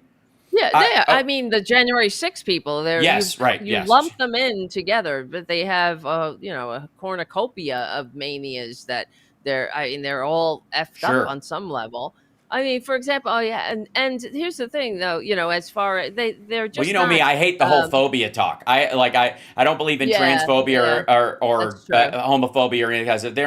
They're not afraid. They don't have a pathological illness that makes them Yes. scared. No, you're right. They're You're right. assholes. They're bigots. That's it. And their Yeah, bigotry I mean- gets them points in their social circle. That's why they do it. If it didn't, they wouldn't give a fuck. They believe in That's freedom and letting people do whatever they want as long as it doesn't harm anybody else. else in theory, but but socially it gives them points to shit on trans people, shit on Right. gay people, shit on lesbians, whatever it is. So they get points for that. They're not Right. afraid. They don't have a mental illness. I don't No, give a shit. no. There are plenty of people who It's didn't get irrational. attention from their parents and ended up writing songs and not beating people. So like Right. again, No, I know. like even that isn't a get out of jail free card for me. Right. No, it's completely irrational, of course. And it also shows that they are easily led by the nose because a couple of years ago they weren't talking about trans people. That now they're I mean there's over 700 bills that these Republicans have attempted to pass all over the country as if these are, trans people aren't less than 1% of the population. It's absolutely disgusting. How they focus on and other, you heard Trump the other day. Everything is, when they're talking about the shutdown, he goes into, well, they want women and men and women's He wants sports. And they transgender want, for everyone, which, by the it's way, for everyone. is and this is where I'm sorry it took me this long to figure it out. In the same way that Trump thinks that people seeking asylum come from asylums, like that brain Yeah. fart that he has, he thinks Uh-huh. transhumanism is transgender Right. for everyone, which is the singularity He's such a technological dumbass. thing, right? But Yeah. but Peter Thiel is one of the people who believes that sex is fluid, that you should be able to make babies in test tubes and grow them in artificial wombs, and that's where we're going. And so it doesn't matter if somebody's male or female. And so that's just his, like, he's also like, I don't know if the Antichrist is a bad guy, and I wouldn't mind being him. That kind of conversation, which would normally flip Yeah. right-wingers out for some reason, evangelicals especially. But they all seem to fold underneath it because, I don't know, power, I guess. Because if they Right. don't, And they'll lose his PowerPoint. that's true. Because here's the other thing is that I think that the Democrats have to message, and, I guess we help do that, is that, these people, they're not patriots. They hate the country as the founders created. They hate the liberal age of enlightenment.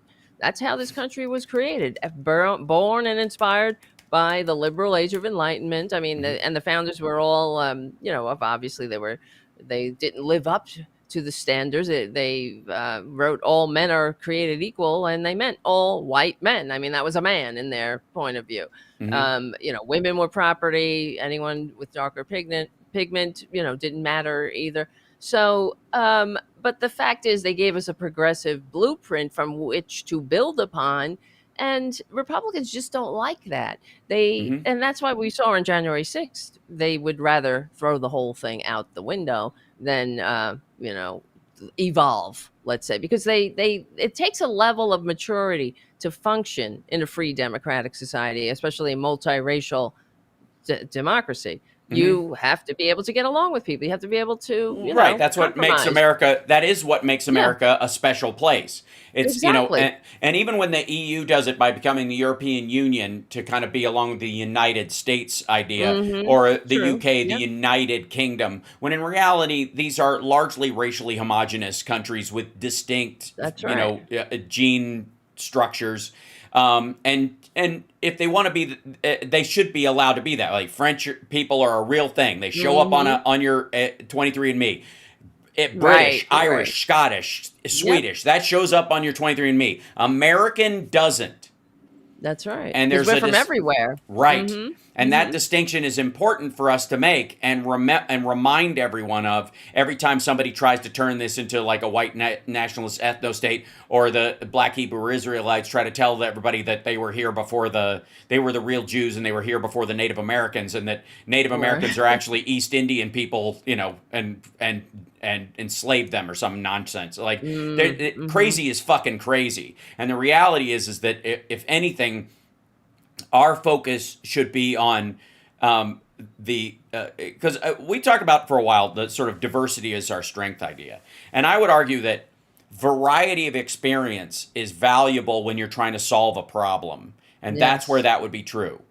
But unity is actually our strength, because a house Yes. divided against itself will fall. And that's one of the things that we've written off, is that we created internalized fiefdoms in this, to the point where you've got progressive superintendents of schools creating segregated classrooms on the premise that black kids learn better around other black Oh, kids or some oh, nonsense, mhm. and under the guise of being progressive about things, which is Mm. like Oh, wow. would be right wing race realism from the 50s. Um, Yeah. it's absurd. It's ridiculous. Right. And Right. it goes against the entire idea of that we're all working together to try and build something together.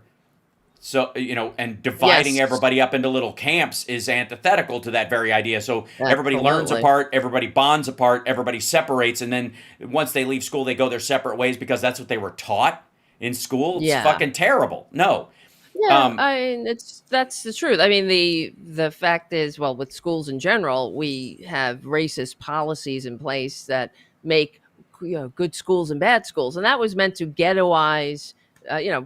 Paying for what am mhm. I trying to say? Paying for schools through property taxes was a racist law that it made sure that black communities would stay in their place, so they would have a bad school and not Oh, have not just funding and black people. whatnot. Not just Yeah, black yeah, people to drown out the poor white trash. Because right, exactly. understand again, when you're talking about impact, the impact of quote unquote black school districts at that point was relatively minor. You wouldn't do an Hmm. entire national policy across the board, even just based on that small group of citizens. Although I'm sure that was the factor why the southern states were in on it and were for it. But there was an Yeah, element of if the working class in this particular area is not going to give a shit about bettering themselves or whatever, this is the premise. Then why are we paying for their schools to teach them to be anything other than factory workers? It's a waste of yep, time. It's that's a it it. was it was effectively a caste system that built it, Hmm. and then it became a self-fulfilling prophecy over time because these people, Right. you couldn't break out of it because your school didn't have access. There is a huge difference going, and we talked, that's one of the reasons why I dedicate a chunk of the show to AI, every week, is because there is this idea that it is the great democratizer right now, that the technology that's available and how cheap it is and the depth of it is Yeah. extraordinary. And the idea that every student in the United States, or even eventually, I suppose, the world, will have its own tutor that only the rich could afford. And that Yes. eventually the average person could afford what's effectively a robot butler. Um, Mm. will it make a portion of the populace lazier? That seems to be where everybody goes, which I would argue is part of the disdain you're talking about this. Like, there's a class disdain that I see across the Yeah. board for people that, like, if we allow people to do this, they'll all just become lazy fucks. Uh-huh. Yeah, well, they have no respect. That's the Republican. I really believe they have no respect for the working class of this country. They hate, Sure. that's why they're like, "Oh, we have to teach them the dignity of work," as if we don't already know. I mean, you Sure. first, Republicans, really. So, yeah. What's their primary experience? Is you think it's easy teaching Eric that he has to actually do something? Like, Yeah, it who was a never pain in had the to. ass. Yeah. And if you Right, if he you never if had you're to go like, on an interview or set up a yeah, if my resume rich or, if my rich upper class genetically superior fast racehorses make fast racehorses kid is this lazy fuck. Imagine what poor people Oh are like god. because they're Oh, genetically yeah. weaker. That's where it comes That's from. I so mean, true. again, Yeah, it yeah, took you're one right. fucking Yeah. conversation between Trump and Elon Musk, and he started saying fast racehorses produce fast racehorses, that Oh, eugenics Jesus fucking Christ. bullshit Real. on the campaign trail. I mean, at this And they point, believe that, though. They believe the maggots believe that. They do. They believe that but they're they also assume. superior and Mhm. But a dumb horse will assume it can win the race no matter what. Yes. I guess the idea is that they are, that they're talking themselves out of it. That it is an act of ego, and I think we do live in a genuinely uh, narcissistic age, Yep. fueled largely Selfish. by It's social selfish. media and that kind of stuff. And yeah, And I I'm mean, sick of it, really. It's like selfishness is the only American value now. Selfishness and greed, which is really the same thing. That's the well, only okay, consideration. amongst that class, I would not say that Hmm. of Democrats by and large. As a No, matter of you're fact, I right. would say You're the right. opposite, You're and I right. would say the volume of people in the country feel that way, but a lot of them feel like disempowered by the Yeah. blatant power grab that's going on in front of them. And the system that was set up is based on best practices. A lot of what Trump Mm-hmm. is violating is not the law, but norms. And when you get down to it, technically speaking, Yeah. those norms were ethical lines, not legal lines. And they would have to become Yes, legal lines in the that's right. future. Yep. But Yep. nobody thought to cross them because we were thinking in terms of generalized decency. And I think when you've got a bunch of people who are skating even after Bush Cheney or Reagan and Iran Contra, still having the kind of idea that Yep. we can operate on best practices, and not set a distinct law that protects against these things happening from the what the Supreme Court is going to do, and it's not because it wouldn't matter if it was all liberals to some degree. The Supreme Court is Yeah. going to default to what's the law say, and the law says he's got the ability, within the administration to administer the funding of the House within certain limits, meaning any discretionary funds that aren't directly allotted to a particular program, he can throw them all out if he assumes that there's an emergency and we can't create any debt. Well, Yeah, most this is like it's. I mean, is everything's an emergency now? That's right. why That's he's how getting he's away doing with it. everything. That's right. Mhm. Declare an emergency. So, and again, Yeah. there's a legal aspect to, and this is what the tariff thing is going to, I think, settle, is that you cannot declare everything an emergency and then just take over the law. Because Right. the next step is martial law on the streets, and that's what Trump Oh is yeah. hoping for. They want. Yes. They have been grinding about this since probably the mid 70s, that we need to and this is where in our unpeeling of a particular problem, which I would say the scooping up of nonviolent drug offenders, which was a real problem, we allowed blatant blind talk about criminality in the country to sweep over everything. The assumption was that if those people are innocent, everybody must be. And we got to defund the police, and we got to defund prisons, and there was a big push against for-profit prisons just have to guarantee a certain number of customers. So Yeah. as if the Mhm. for-profit like they're out there paying people to commit crimes so they can get it was silly. It's just it's Yeah. absurd. Like and most of the big supermaxes, by the way, are run by for-profit prisons, but have better health outcomes for the prisoners. That's why we have so many people in prison, is because they live longer now Yeah. than the Yeah. state-run ones, which is what that Joe Arpaio's place was, where he could, because he was Right. running it on state tax dollars, and everybody hates seeing their tax dollars at work directly. They're like, why are my tax dollars going directly to this motherfucker, right? And so to these people, so he could treat them like shit because it made the taxpayers in that area feel better. Oh God, I know. It's like that, and that's what I mean, though, that treating people like shit is somehow viewed by maggots as being strong, when it is the weakest, babyish. It's the easiest thing to do, is to treat people like shit and not live up to your own standards and laws. That's what they're doing. And I think that we have to, message that these are the weakest, baby, whiny little crying Uh-huh. titty babies on earth. Yeah. These Republicans. And that's why they're destroying it. America, Well, when they especially when say it comes they to hate, media, right? yeah, I mean, when they talk about big government, they want to drown government. They hate government. And, of course, yeah, big government. They want to make it as small as they are. That's Right. it. Drew, look at that Pete Hegseth speech. That Oh, my God. absolute embarrassment His to keg talk? humanity.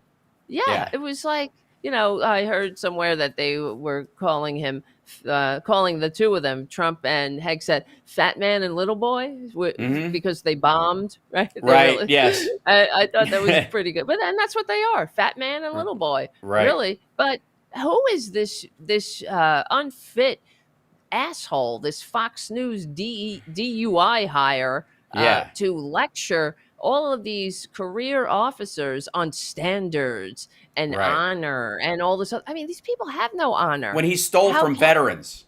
Right, and when he crashed.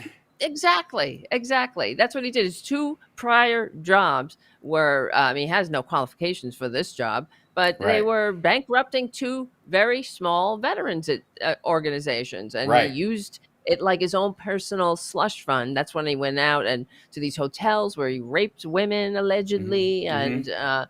and of course made a complete ass of himself. Right. These are sick Well, it's why people. his wife has to pray with him every morning. That this whole Yeah. bullshit story about how like we sit and we help, every morning. I'm like that. She makes you do Oh that, God. asshole. That is what trad wife, like Christian Yes, women do when they have a cheating husband. Is they that's make them right. say a Jesus pledge before the whole family before they leave the house Mm-hmm. because that's the extent I of the have power that they sinned. have. Yeah, I have sinned Exactly. against you. Exactly. So Trump on top of that, like his obviously I've been saying for a while, his brain is tapioca now. And I was saying that there is going Yes. to be a period where he's going to have 4 functional hours a day. Because they were talking about how like Biden or whoever was at 8 or 6 hours, and then anything outside that he's too tired to do stuff. Well, that's true of almost every human being, especially somebody with a job that important and for that shit. Like I got to tell you, like I have no problem with presidential vacations. I have no problem with them, Yeah. taking a day off over the weekend because they never really have a day off because there's always something going on. Yeah. But there's a They're reason why human. you Exactly. want the best decision making available. You don't want them up in the middle of the night fucking texting shit. You want them getting a good night's Yeah. sleep so the decisions they make are not based on sleep deprivation and and they're answering questions like they've been hit with a phone book while under a lamp. So but Trump seems to think and again, I think half of the nighttime tweets they put out, the truth sinkhole things they do, I think half of them are programmed bullshit. I think they do it to make it seem like he's up all night because he sleeps in every day. And so what they do is they just throw Yes. I think Yes. they high pack them based on whatever he says during the awake hours. Scavino and all those guys put this shit together and then they post this stuff in the middle of the night so it seems like he got up and just was wide awake at all Yeah. hours to make him sound powerful when in reality it's just a recipe for your brain turning to mush. So he puts out Right. this. Well, he also, old people. I'm sorry to interrupt. Yeah. They don't have they don't require as much sleep either. But that's also my father had Alzheimer's, and Mhm. it's part of the dementia thing. Not just getting old, but it's really they have trouble sleeping. Yeah. Worse than just regular aging, and Yes. yeah, and it contributes to And they nod off the confusion. because of it, so they don't Mhm. sleep through the night. And he's not on. Insofar as I know, we had like Biden had a CPAP machine at a period, and they would show it on him or Right. whatever. And that's not surprising for a man his age. There's so many Americans, and like when they made fun of him, I'm like, you realize how many people you're making fun of in this country Oh, I right now? know. Like It's half the just ads on awful. TV. Yeah, it's just gross. Uh-huh. Like the disdain they have for this kind of weakness. Not realizing that Trump has all these problems and more, and they're all going to come crashing down at once. So he releases this statement about Oh, Hamas. please. Did you see the Hamas statement that he put out? They have until Sunday night, or Yes. So this is or, the current state of his gelatinous brain. In terms of this, Hamas has been a ruthless and violent threat for many years in the Middle East! Exclamation point. As opposed to where else? I don't know. They have killed and Middle made East. lives unbearably miserable, culminating with the October 7th massacre in Israel. Babies, women, children, old people, and young men and women, Oh, shut boys the and girls fuck getting up. ready to celebrate their future lives together. I guess a wedding. Was it a wedding? There was a wedding party Yeah. that was some people killed at that one. I think is what he means, but it's like the whole festival was about whatever. Anyways, he doesn't care. He's just throwing it all together as retribution for the Yeah. October 7th attack on civilization. More than 25,000 Hamas soldiers have already been killed. Most of the rest are surrounded and militarily trapped, which is not a thing. I don't know what the fuck that is. Whatever, Just, right? just waiting for me to give the word go. Me to give the word go. Fuck you. For their me. lives to be quickly extinguished. As for the rest, we know where and who you are, and you will be hunted down and killed.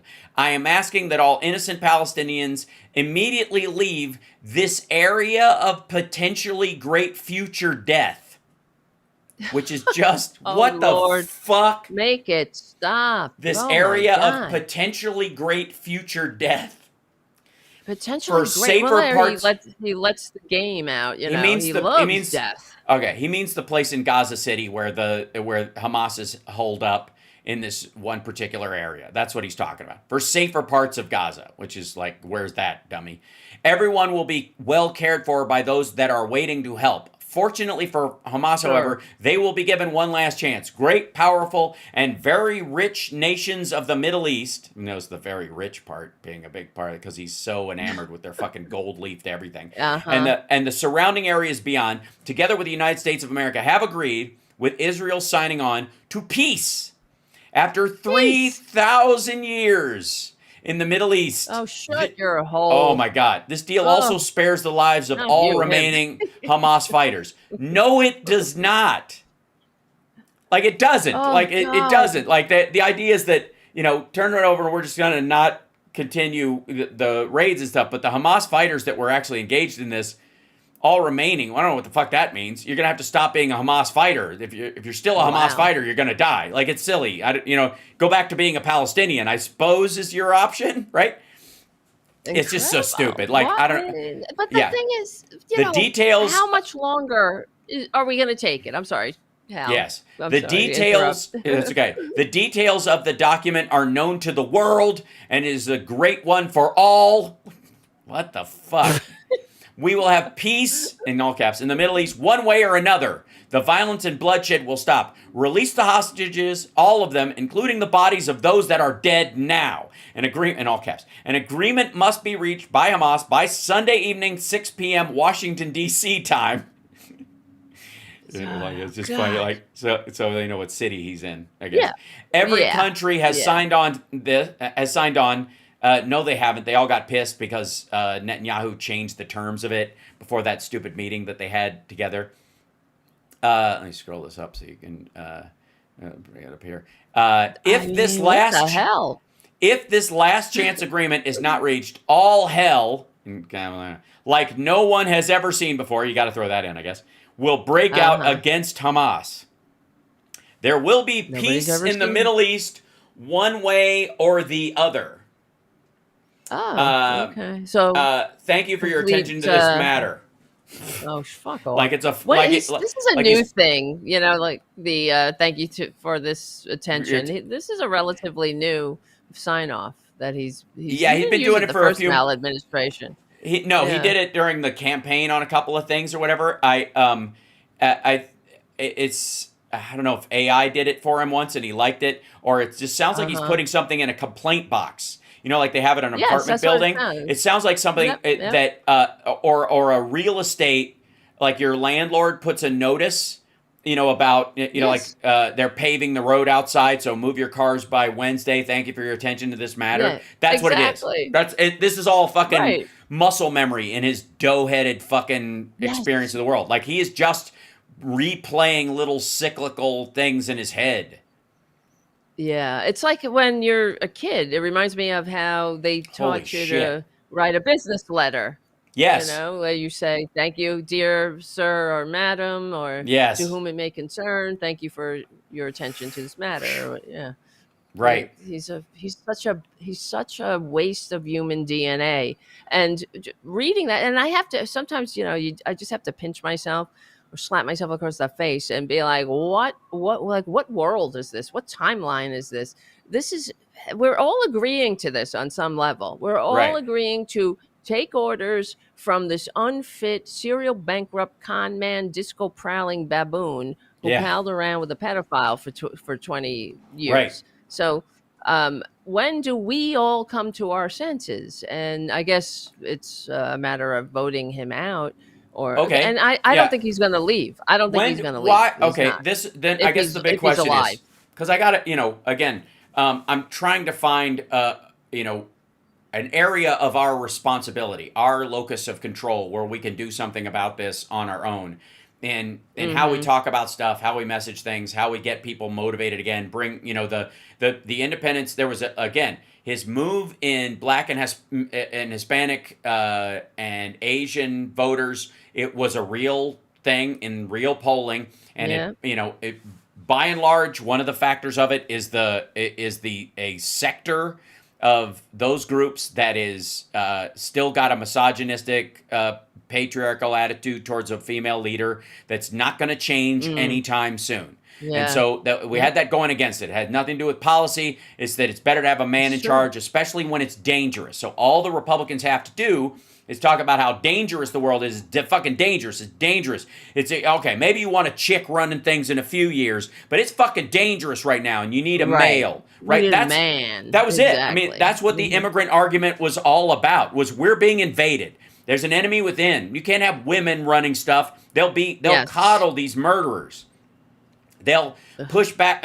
I mean, I'm telling you, this is. I mean, it's what happened. Yeah, no, it's And true. You're and right, so- and it comes from the women too. In the maggots, Yes. you'll hear them because in order to be a female maggot, you have to be even more misogynist than the average Republican male. It's true. very They- strange, and it's odd. I don't know how Erica Kirk is going to take over TPUSA, considering the philosophy that right. underpins it. Yes.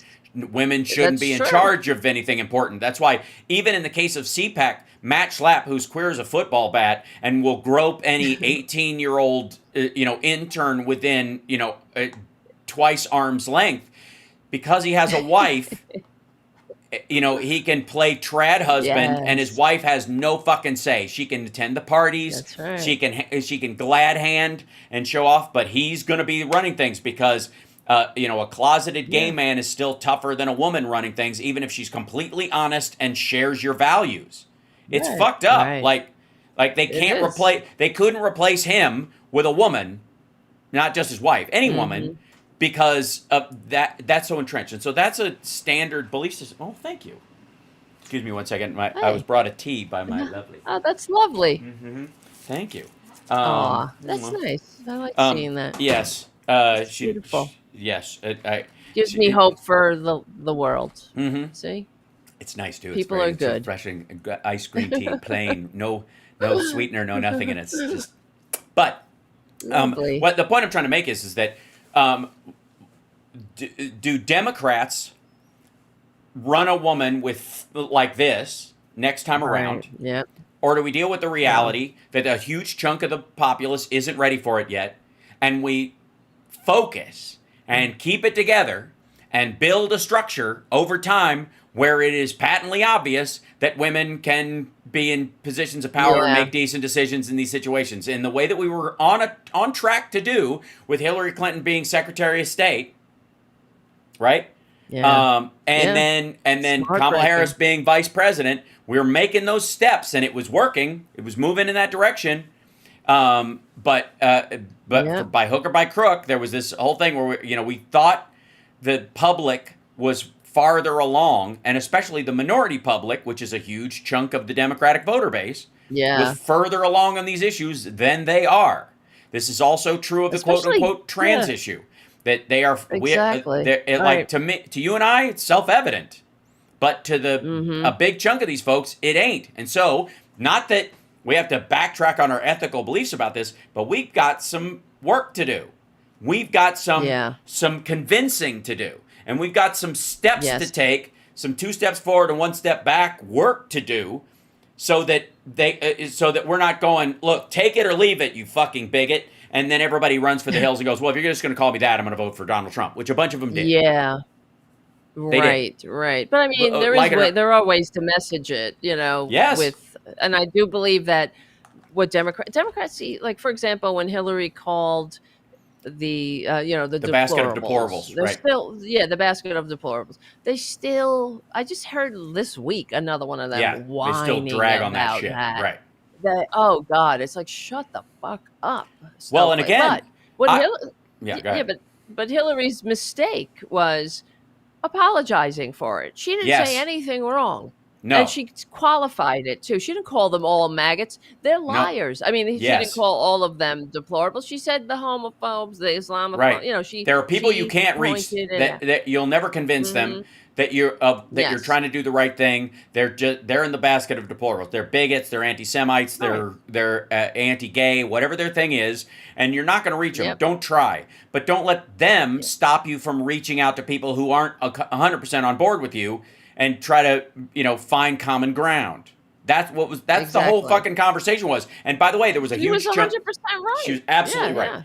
yeah. And a bunch of maggots used that, and partly because the TYTs of the world viewed that as her somehow betraying the purity of of the party or some shit like that Unreal. to try and win over neocons so we could get back into another war. That was the story that they told about Hillary Clinton, and we ended up anybody who thinks fucking Hillary Clinton or Kamala Harris would have sent fucking boats to the fucking coast of Venezuela to do this, by the way, again for the fucking fourth time in 2 weeks. This is a crime against humanity. It is. That's a bunch of people getting murdered by Donald Trump with no evidence. We'll just take their word that it's they were drug dealers. It makes no difference, even if they were.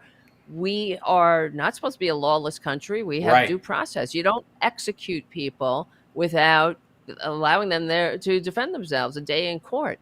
You don't do that. And the fact that they're doing it, they're prepping us because they're going to do it to everyone. This is where we go. It doesn't stop at the so-called drug dealers off the coast of Venezuela. Well, no, what it does. The next one is it's the drug dealers on the streets of America. This is like this is like he wants snuff squads walking around. That's what this is about. And that's why he wants to push.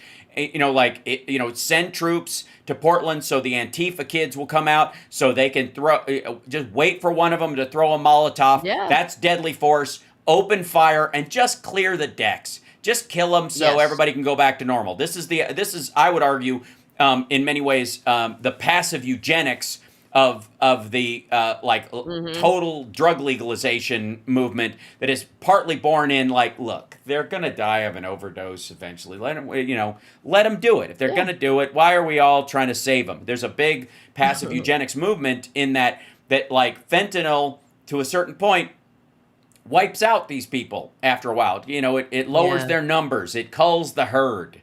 There's too many of these. It's like, and there is an element of this in Trump's attitude where he's talking about every drug dealer has killed 500 people. That's not just a rando, stupid fucking statement. It's a justification for deadly force. The same way, and I was against it when people would say that, words are violence, and therefore punch a Nazi for just being a Nazi and standing on a street corner. Yeah. Is a way of ratcheting up violence. There were more Russian bots and right-wingers promoting that than there were any of the actual gripes, put forward by their own side. And they did it because they want people to go up and start hitting people so they can go, see, I told you, blah, blah, blah. That's the goal. That's right. They're baiting people into violence so that they can use it. That's when everybody's like, you sent people here and it made it worse. It reminds me, and Stephen Miller's going, yeah, duh, that's the point. Remember when Dick Cheney, there were, there's all this talk coming out about how when you torture someone, they will tell you whatever you want to hear just to make it stop. And it was obviously, it was abundantly clear that Dick Cheney was like, oh, okay, tell him to say this then. Tell them, it'll stop when they say this. Yep. Yeah. It was effectively what happened. That's what they needed. They tortured him to go, tell us there's weapons of mass destruction in this area. Tell us that they're planning on an attack here so we can preemptively use the authorized, temporary use of military force on that area because it's an emergency. That we have intel. Now, we beat that intel out of somebody who has no fucking way of knowing whether it was true or not. That doesn't matter. You torture them, they will tell you what you want to hear. And the same thing is kind of true here. If you send troops there, the black bloc will show up to push back because they think it's their fucking duty and they're the army of whatever, of the anarchists or whatever, and they'll show up because they're easy to bait out. And then just wait for one of them, you spit, we hit, that's when he's throwing out there. Well, if they throw something, that's a projectile, and the interesting thing is that his problem is, and this is a good thing, and this is where I really do have faith in a system beyond what Trump is trying to do with it, is that National Guard guys are not interested in opening fire with their weapons. They're not. The only ones who are firing are the guys with the pepper ball guns. Yeah. And the ones who are, and those guys, they don't want to be the Kent State guy. None of those guys want to be that person right now. And Trump is very frustrated that they're still treating it like that habeas corpus exists, and that you can't just Yes. perfunctorily shoot an American citizen because they threw a can of soup at you. Um, Right. And it's just, the national, because I was in the National Guard, and mhm. these are members of the community. You serve in Yes. your own community.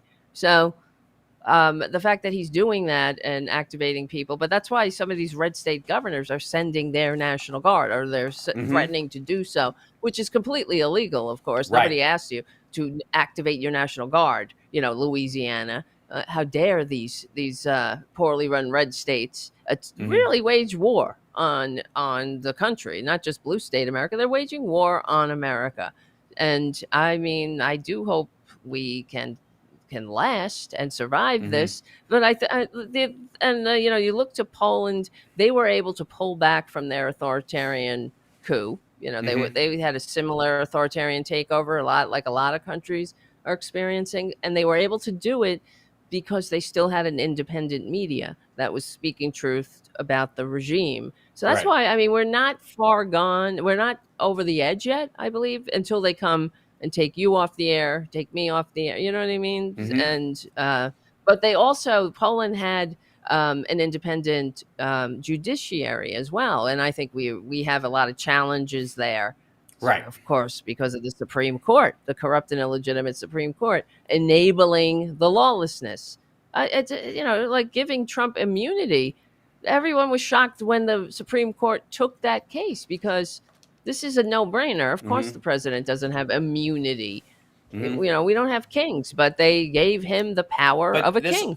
this also You did know. not. There's also an assumption, and this plays into the sort of magic Trump concept. And we're over time, and I appreciate you hanging around Yes, for a I couple see extra that. minutes. No, Yeah, that would be good. that's We're right. good. Okay. Yeah. The one of the issues that I have with everybody thinking that Trump is fucking magic and somehow this just happens for him, and that it happened out of the blue, and that he created the Supreme Court and they handed him this thing. This shit has been going on since Bill Barr was working on the supreme executive power of the Yep. administration in the fucking 80s. It's one of the other reasons, besides the fact that he was friends with Jeffrey Epstein, that they wanted to bring him back during the first Trump presidency. But like, if you look at the authorized use of military force and the stuff around the Iraq War and the enhanced interrogation and John Hughes memos and all that kind of stuff. That's what built the foundation of this. Of course, the president has immunity to carry out things that he thinks are in the national Hmm. interest. The problem is, of Right. course, is that what defines the national interest, and we found out, which is the villain in Clear and Present Danger, the Harrison Ford movie, right, was the president declaring that drug cartels are a clear and present danger to the United States, and therefore, if we want to bomb Mexico, we can bomb Mexico. That's the premise of that Right. thing. And Right. basically, they're saying, Yep. no, the president in that was right, and should have the right to do that if he declares. And by the way, that's what that president was trying to do.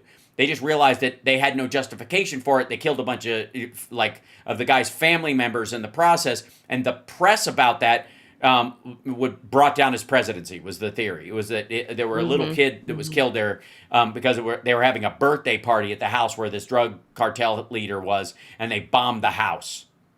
Hmm. The Trump administration and all these guys are going to bomb the camps around the drug factories, effectively, in Mexico Yeah. and in South Yeah. America, which are surrounded, by the way, with civilians who work there and their families. Yeah. It's like a sharecropping organization. These like shanties and dorms where they Oh work boy. there so that they can be controlled. Those people are going to get wiped out if we bomb inside Venezuela or inside Mexico. But that's where this is headed.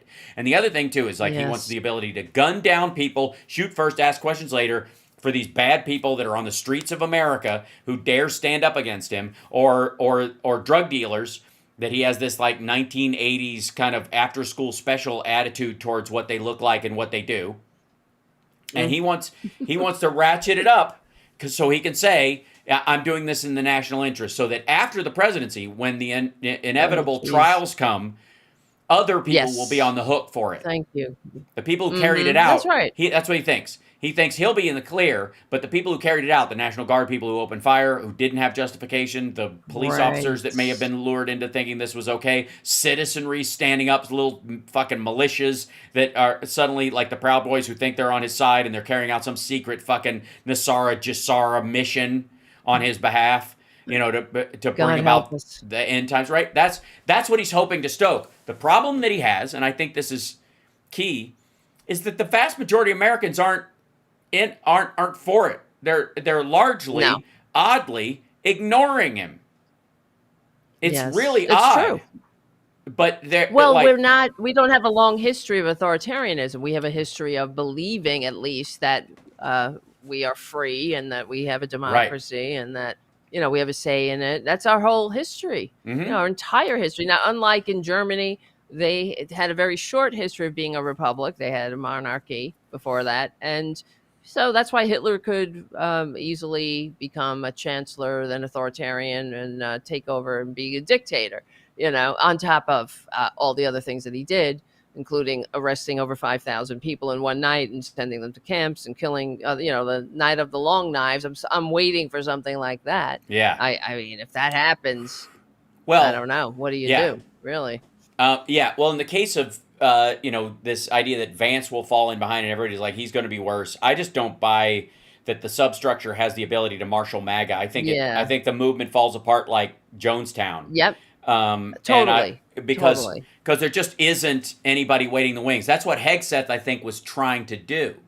I think he recognizes that there's too much of a dweeb factor, and you know, in Vance and the crowd around him, and that he thinks, you know, if there's going to be another Vance, if Vance isn't going to be president, but if there's going to be another Vance, they're going to fall in, you know, and bring the Silicon Valley to heel. That idea. They're going to need a Reagan-esque kind of person standing there, and that's what Hegseth thinks he's going to be. That's why he wanted a campaign video of himself standing in front of a patent flag, giving a fucking like macho speech. He was filming an ad for 2028, and everybody needs to push that on the Trump administration so they wake up to what's going on, because they're not going to get rid of him for endangering the troops. They're not going to get rid of him for fucking graft against veterans. They will dump him, though, for trying to jockey to the front of the line and grab power. Right.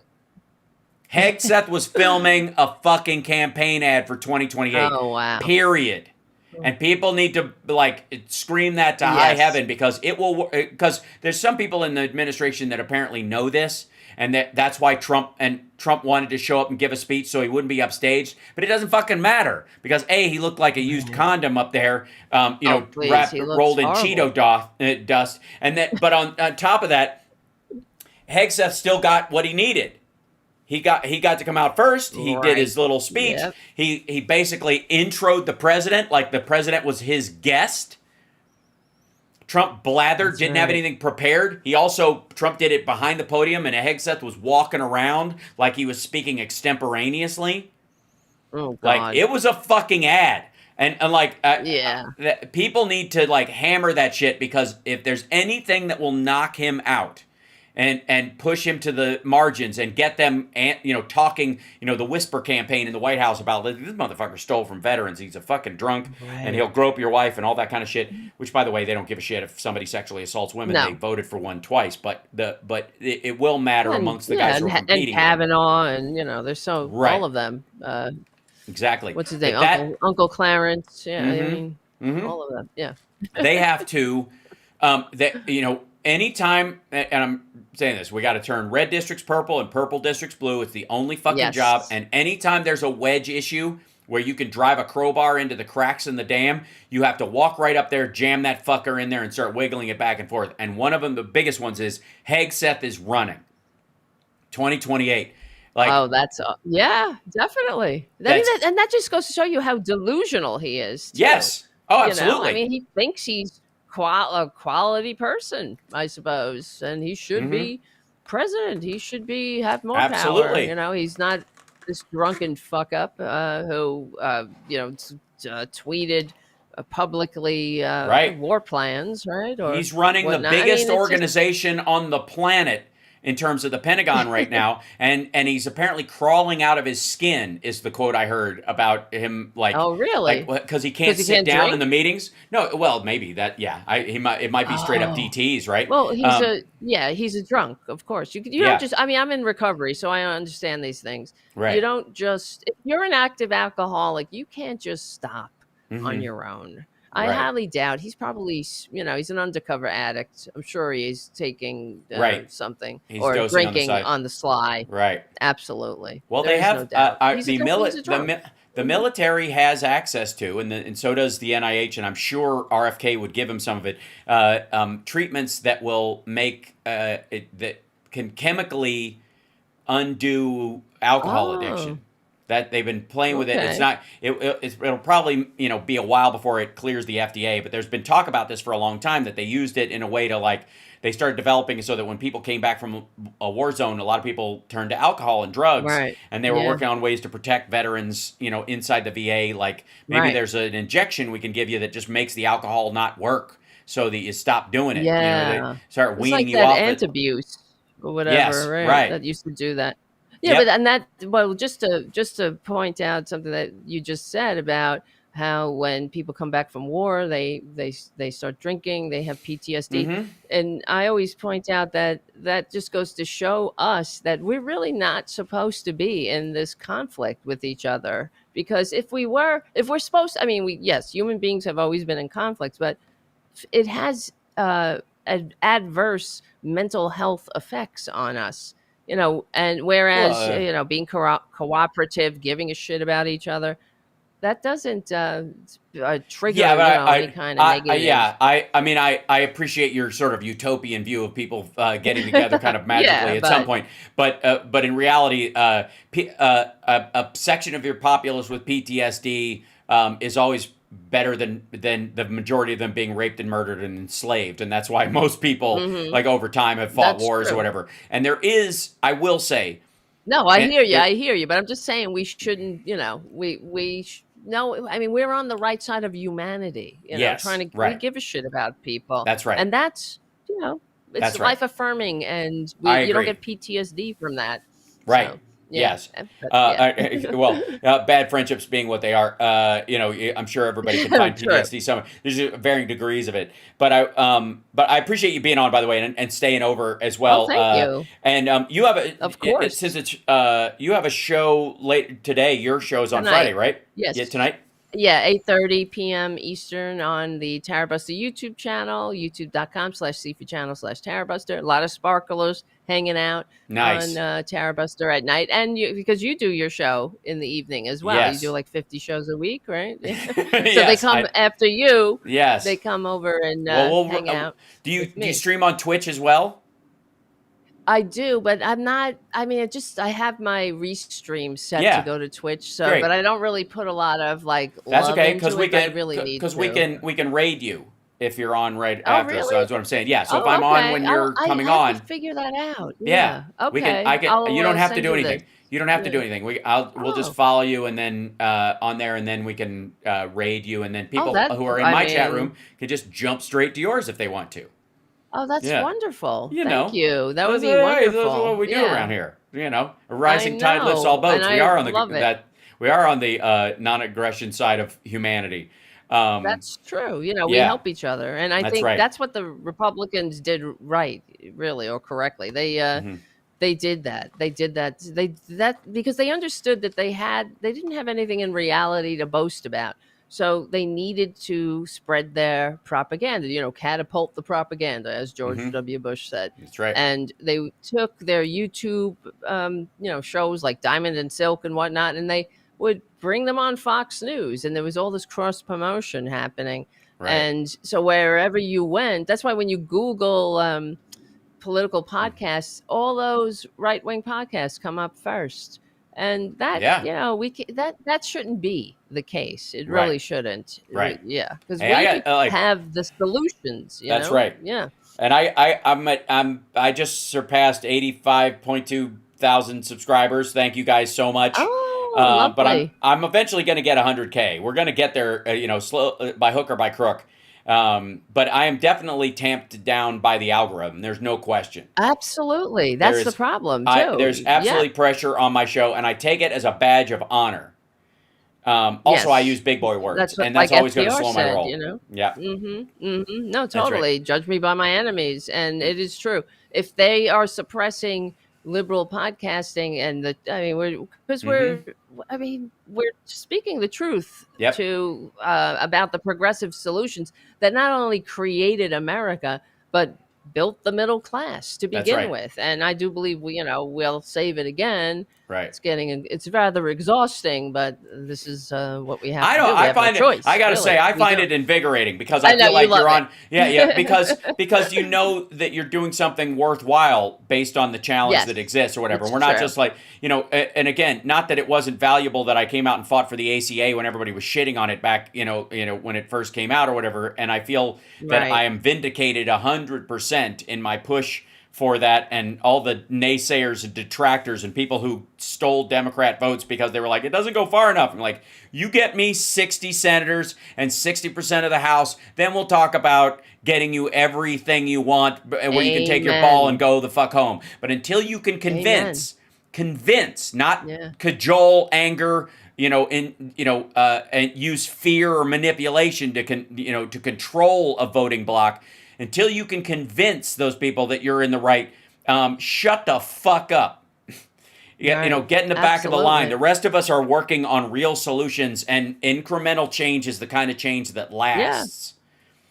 That's right. That's true. Yeah, Absolutely. And we have our work. We have a lot of work to do. Now, I we do. appreciate what you're saying too about how it is invigorating. That's why you're right. Yes. Even though I'm kind of it gets a little. I mean, I do have a lot of anxiety about it, Hmm. but I do know that eventually we will win. And what other choice do we have? We will win because we're on the right side Hmm. of history, decency, dignity, democracy, humanity. Yeah. It's inevitable. I would also like to say, It and I'm really going to is. offer this up, and I know it is counter programming because anxiety has gained such value as a word. Mm, It's almost like one of the okay. stripes on the flag at this point. That a certain level of stress, that going to the gym is stress, going for a jog is That's true. stress, limiting your caloric intake so you're not just gorging yourself on sweets is Yes. technically stress temporarily for a better Right. return You're right. later. Yep. And that this is not anxiety, this is the stress of doing good.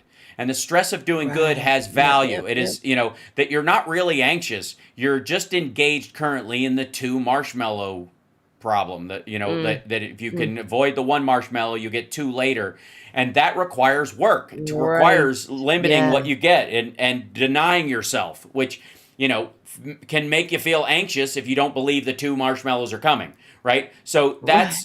I think people That's so these true. days I love it. assume like Thank a, you. a mental illness around the feeling that you have, as if anxious or anxiety, it almost Yes. goes to that whole, like, you're not paranoid if they're really out to get you. You're not anxious, you're stressed about the outcome of Yeah. something, and it's not some Uh-huh. abstract, it's not something that just sits there, and you can solve it by either being part of the solution or recognizing that the Yes. solution is out of your hands temporarily and refusing to acquiesce to it, going, I'm not going to feel the stress of Hmm. this because it is outside of my locus of control. That's what I call stoic optimism. You have to, I you love it. have a responsibility, morally, ethically, and for your own health, to reject worrying about anything directly outside your control and You're focus on right. that which is within. If you allow the anxiety of, oh my God, what's he going to say next, to ever enter your field of view, you won't be at your best to respond to whatever Yes. does happen. You'll be like, oh, here it comes, and you're not in a That's position true. to be the best Tara Devlin that can come up with the solutions and help everyone, and that was in the National Guard and that is a great speaker, and you know what I mean. It dulls the Mm, pencil unnecessarily. thank you. It's Yeah. like it's I like really use appreciate that. Yeah, because it's Yeah. meaningful, No, and I want everybody to be on their mhm. at their best, because we need Right. it when situations Right. are truly requiring a response from the best among us. Taking your pencil and dulling it, just scratching it on paper nervously, is not writing anything. It's not using it for Right. what it's for, and that's what effectively anxious thought is, and it requires not just a you know, I think medication or dismissal. It requires rebuttal. It requires Yeah. an element of fuck that. Right. And that's why I think people respond so much to the whole like we need fighters. What they really want is somebody to say fuck that to the anxiety that they're feeling, um, Mm, mm, mm, forcefully. mm. Um, Right. and so they any fighting looks good, which is how Trump gained the coalition that he got and got into power, was because he was, even if his answer's stupid, saying fuck that to whatever's making you anxious. Right. Prices, immigrants, you know, men and Yes. women's bathrooms, whatever's making you Uh-huh. upset. Yeah, If weird things even if he's changing, wrong, ugh. even if he's wrong, just the fact that he said fuck that made them feel better. It made them breathe easy. And my response is, Right. then don't let other people be responsible for what makes you breathe easy. Breathe easy. Right. Because that's, if you're going to do something difficult, if you're going to do something challenging, take control of your emotional state. Know that you have the capability within you. Breathe deep and get ready, because you know, if there was a car that flipped over on the freeway, uh, what what would be your better value? Running over there and helping get the people out of it, and going, okay, I gotta not trip and fall. I gotta breathe deep. I gotta focus on. Yeah. We are in short Right. time. What do we got? What tools do we have to break the windows and get these people out and help them? Or Mm. pulling over on the other side of the road and going, oh my god, oh my god, oh my god, Yeah, right? right. This is That's what. horrible. This is horrible. Right. Yeah, yeah. It you know, and You're again, right. maybe getting out of the way is the best thing that you can do. Maybe you're not the person that needs to run up there because of ailment and illness and physical limitations or whatever. Maybe you're the Mhm. person that just has to call 911. Maybe that's it. But Right. the point is, make yourself useful as well as ornamental, as my mother would say. And Thank you you. certainly are that, Tara Devlin. Oh, So thank you. thanks for Thank being you. on the Hal, show. right back at you. Have a great Really. show tonight, and hopefully Wonderful. we'll CSL and I will jockey back and forth for who can throw the show your way after we go off the air. Thank you. And Yeah, we'll talk soon again. All I right. insist. All right, Oh, talk to you yes, later. definitely. Yes. All right. Thank Thanks. you. Thanks See a you ton. soon. Yes, Bye-bye. ladies and gentlemen, Tara Devlin, who also indeed does rock. And thank you guys for being here. I felt like that had to turn into my own TED talk at the end, but it's true. Like I feel like the language around exhaustion eats up so much function, because people, it's like online, because everything happens verbally with people talking back and forth. There's a lot of talk, not a lot of do, no matter what. Even posting is that, you know, is still talk, even if you're posting something that you care about, and you know, you're putting your 2 cents in, and you're adding you're putting your thumb on the scale on the side that you care, right? Um, that allowing them to exhaust you is in and of itself acquiescing. It is obeying in advance. And I'm not faulting anybody for feeling exhausted. I'm offering you a pathway out of it if it works. If it doesn't, you do you. But for a lot of people, some people just need the permission, it seems, to not have to like allow their emotions to be hijacked by someone else. You don't have to. You can keep your calm and keep your cool and still be 100% helpful. You're allowed. And again, if it doesn't work for you, it doesn't work for you. But if it gives you a break and allows you to breathe deep, you will be more helpful to getting us out of this mess. That's what I think. And if you want, there are plenty of people all over the internet that will tell you the exact opposite. And so I'm glad, you know, if diversity, if you truly believe diversity is our strength, then consider mine a diverse opinion. How about that? If you really believe diversity is our strength, and I'm saying something that people don't normally say about this shit, then just stack it on. Well, you know, we need a little bit. We got to hear all sides. This is another one, and I'm just trying to help and show off a little bit. Let's be completely honest. I'm always trying to show off as well. That's my thing. Meanwhile, keep smiling, keep laughing, and be ready with 100 goods to make up for a single bad, a single evil that you see. See you this afternoon. Take care of yourselves and take care of somebody else. Like, subscribe, give a thumbs up, support the show, etc. The algorithm is attacking me. Most of the people who watch aren't subscribed. That's just true. So maybe some of you could. Maybe. Screen glows bright with a crooked smile. Yeah, at the very least, hit that like. We're still out. All venom, no style. Promises made, they rot in the air. A handshake, a lie, a blank.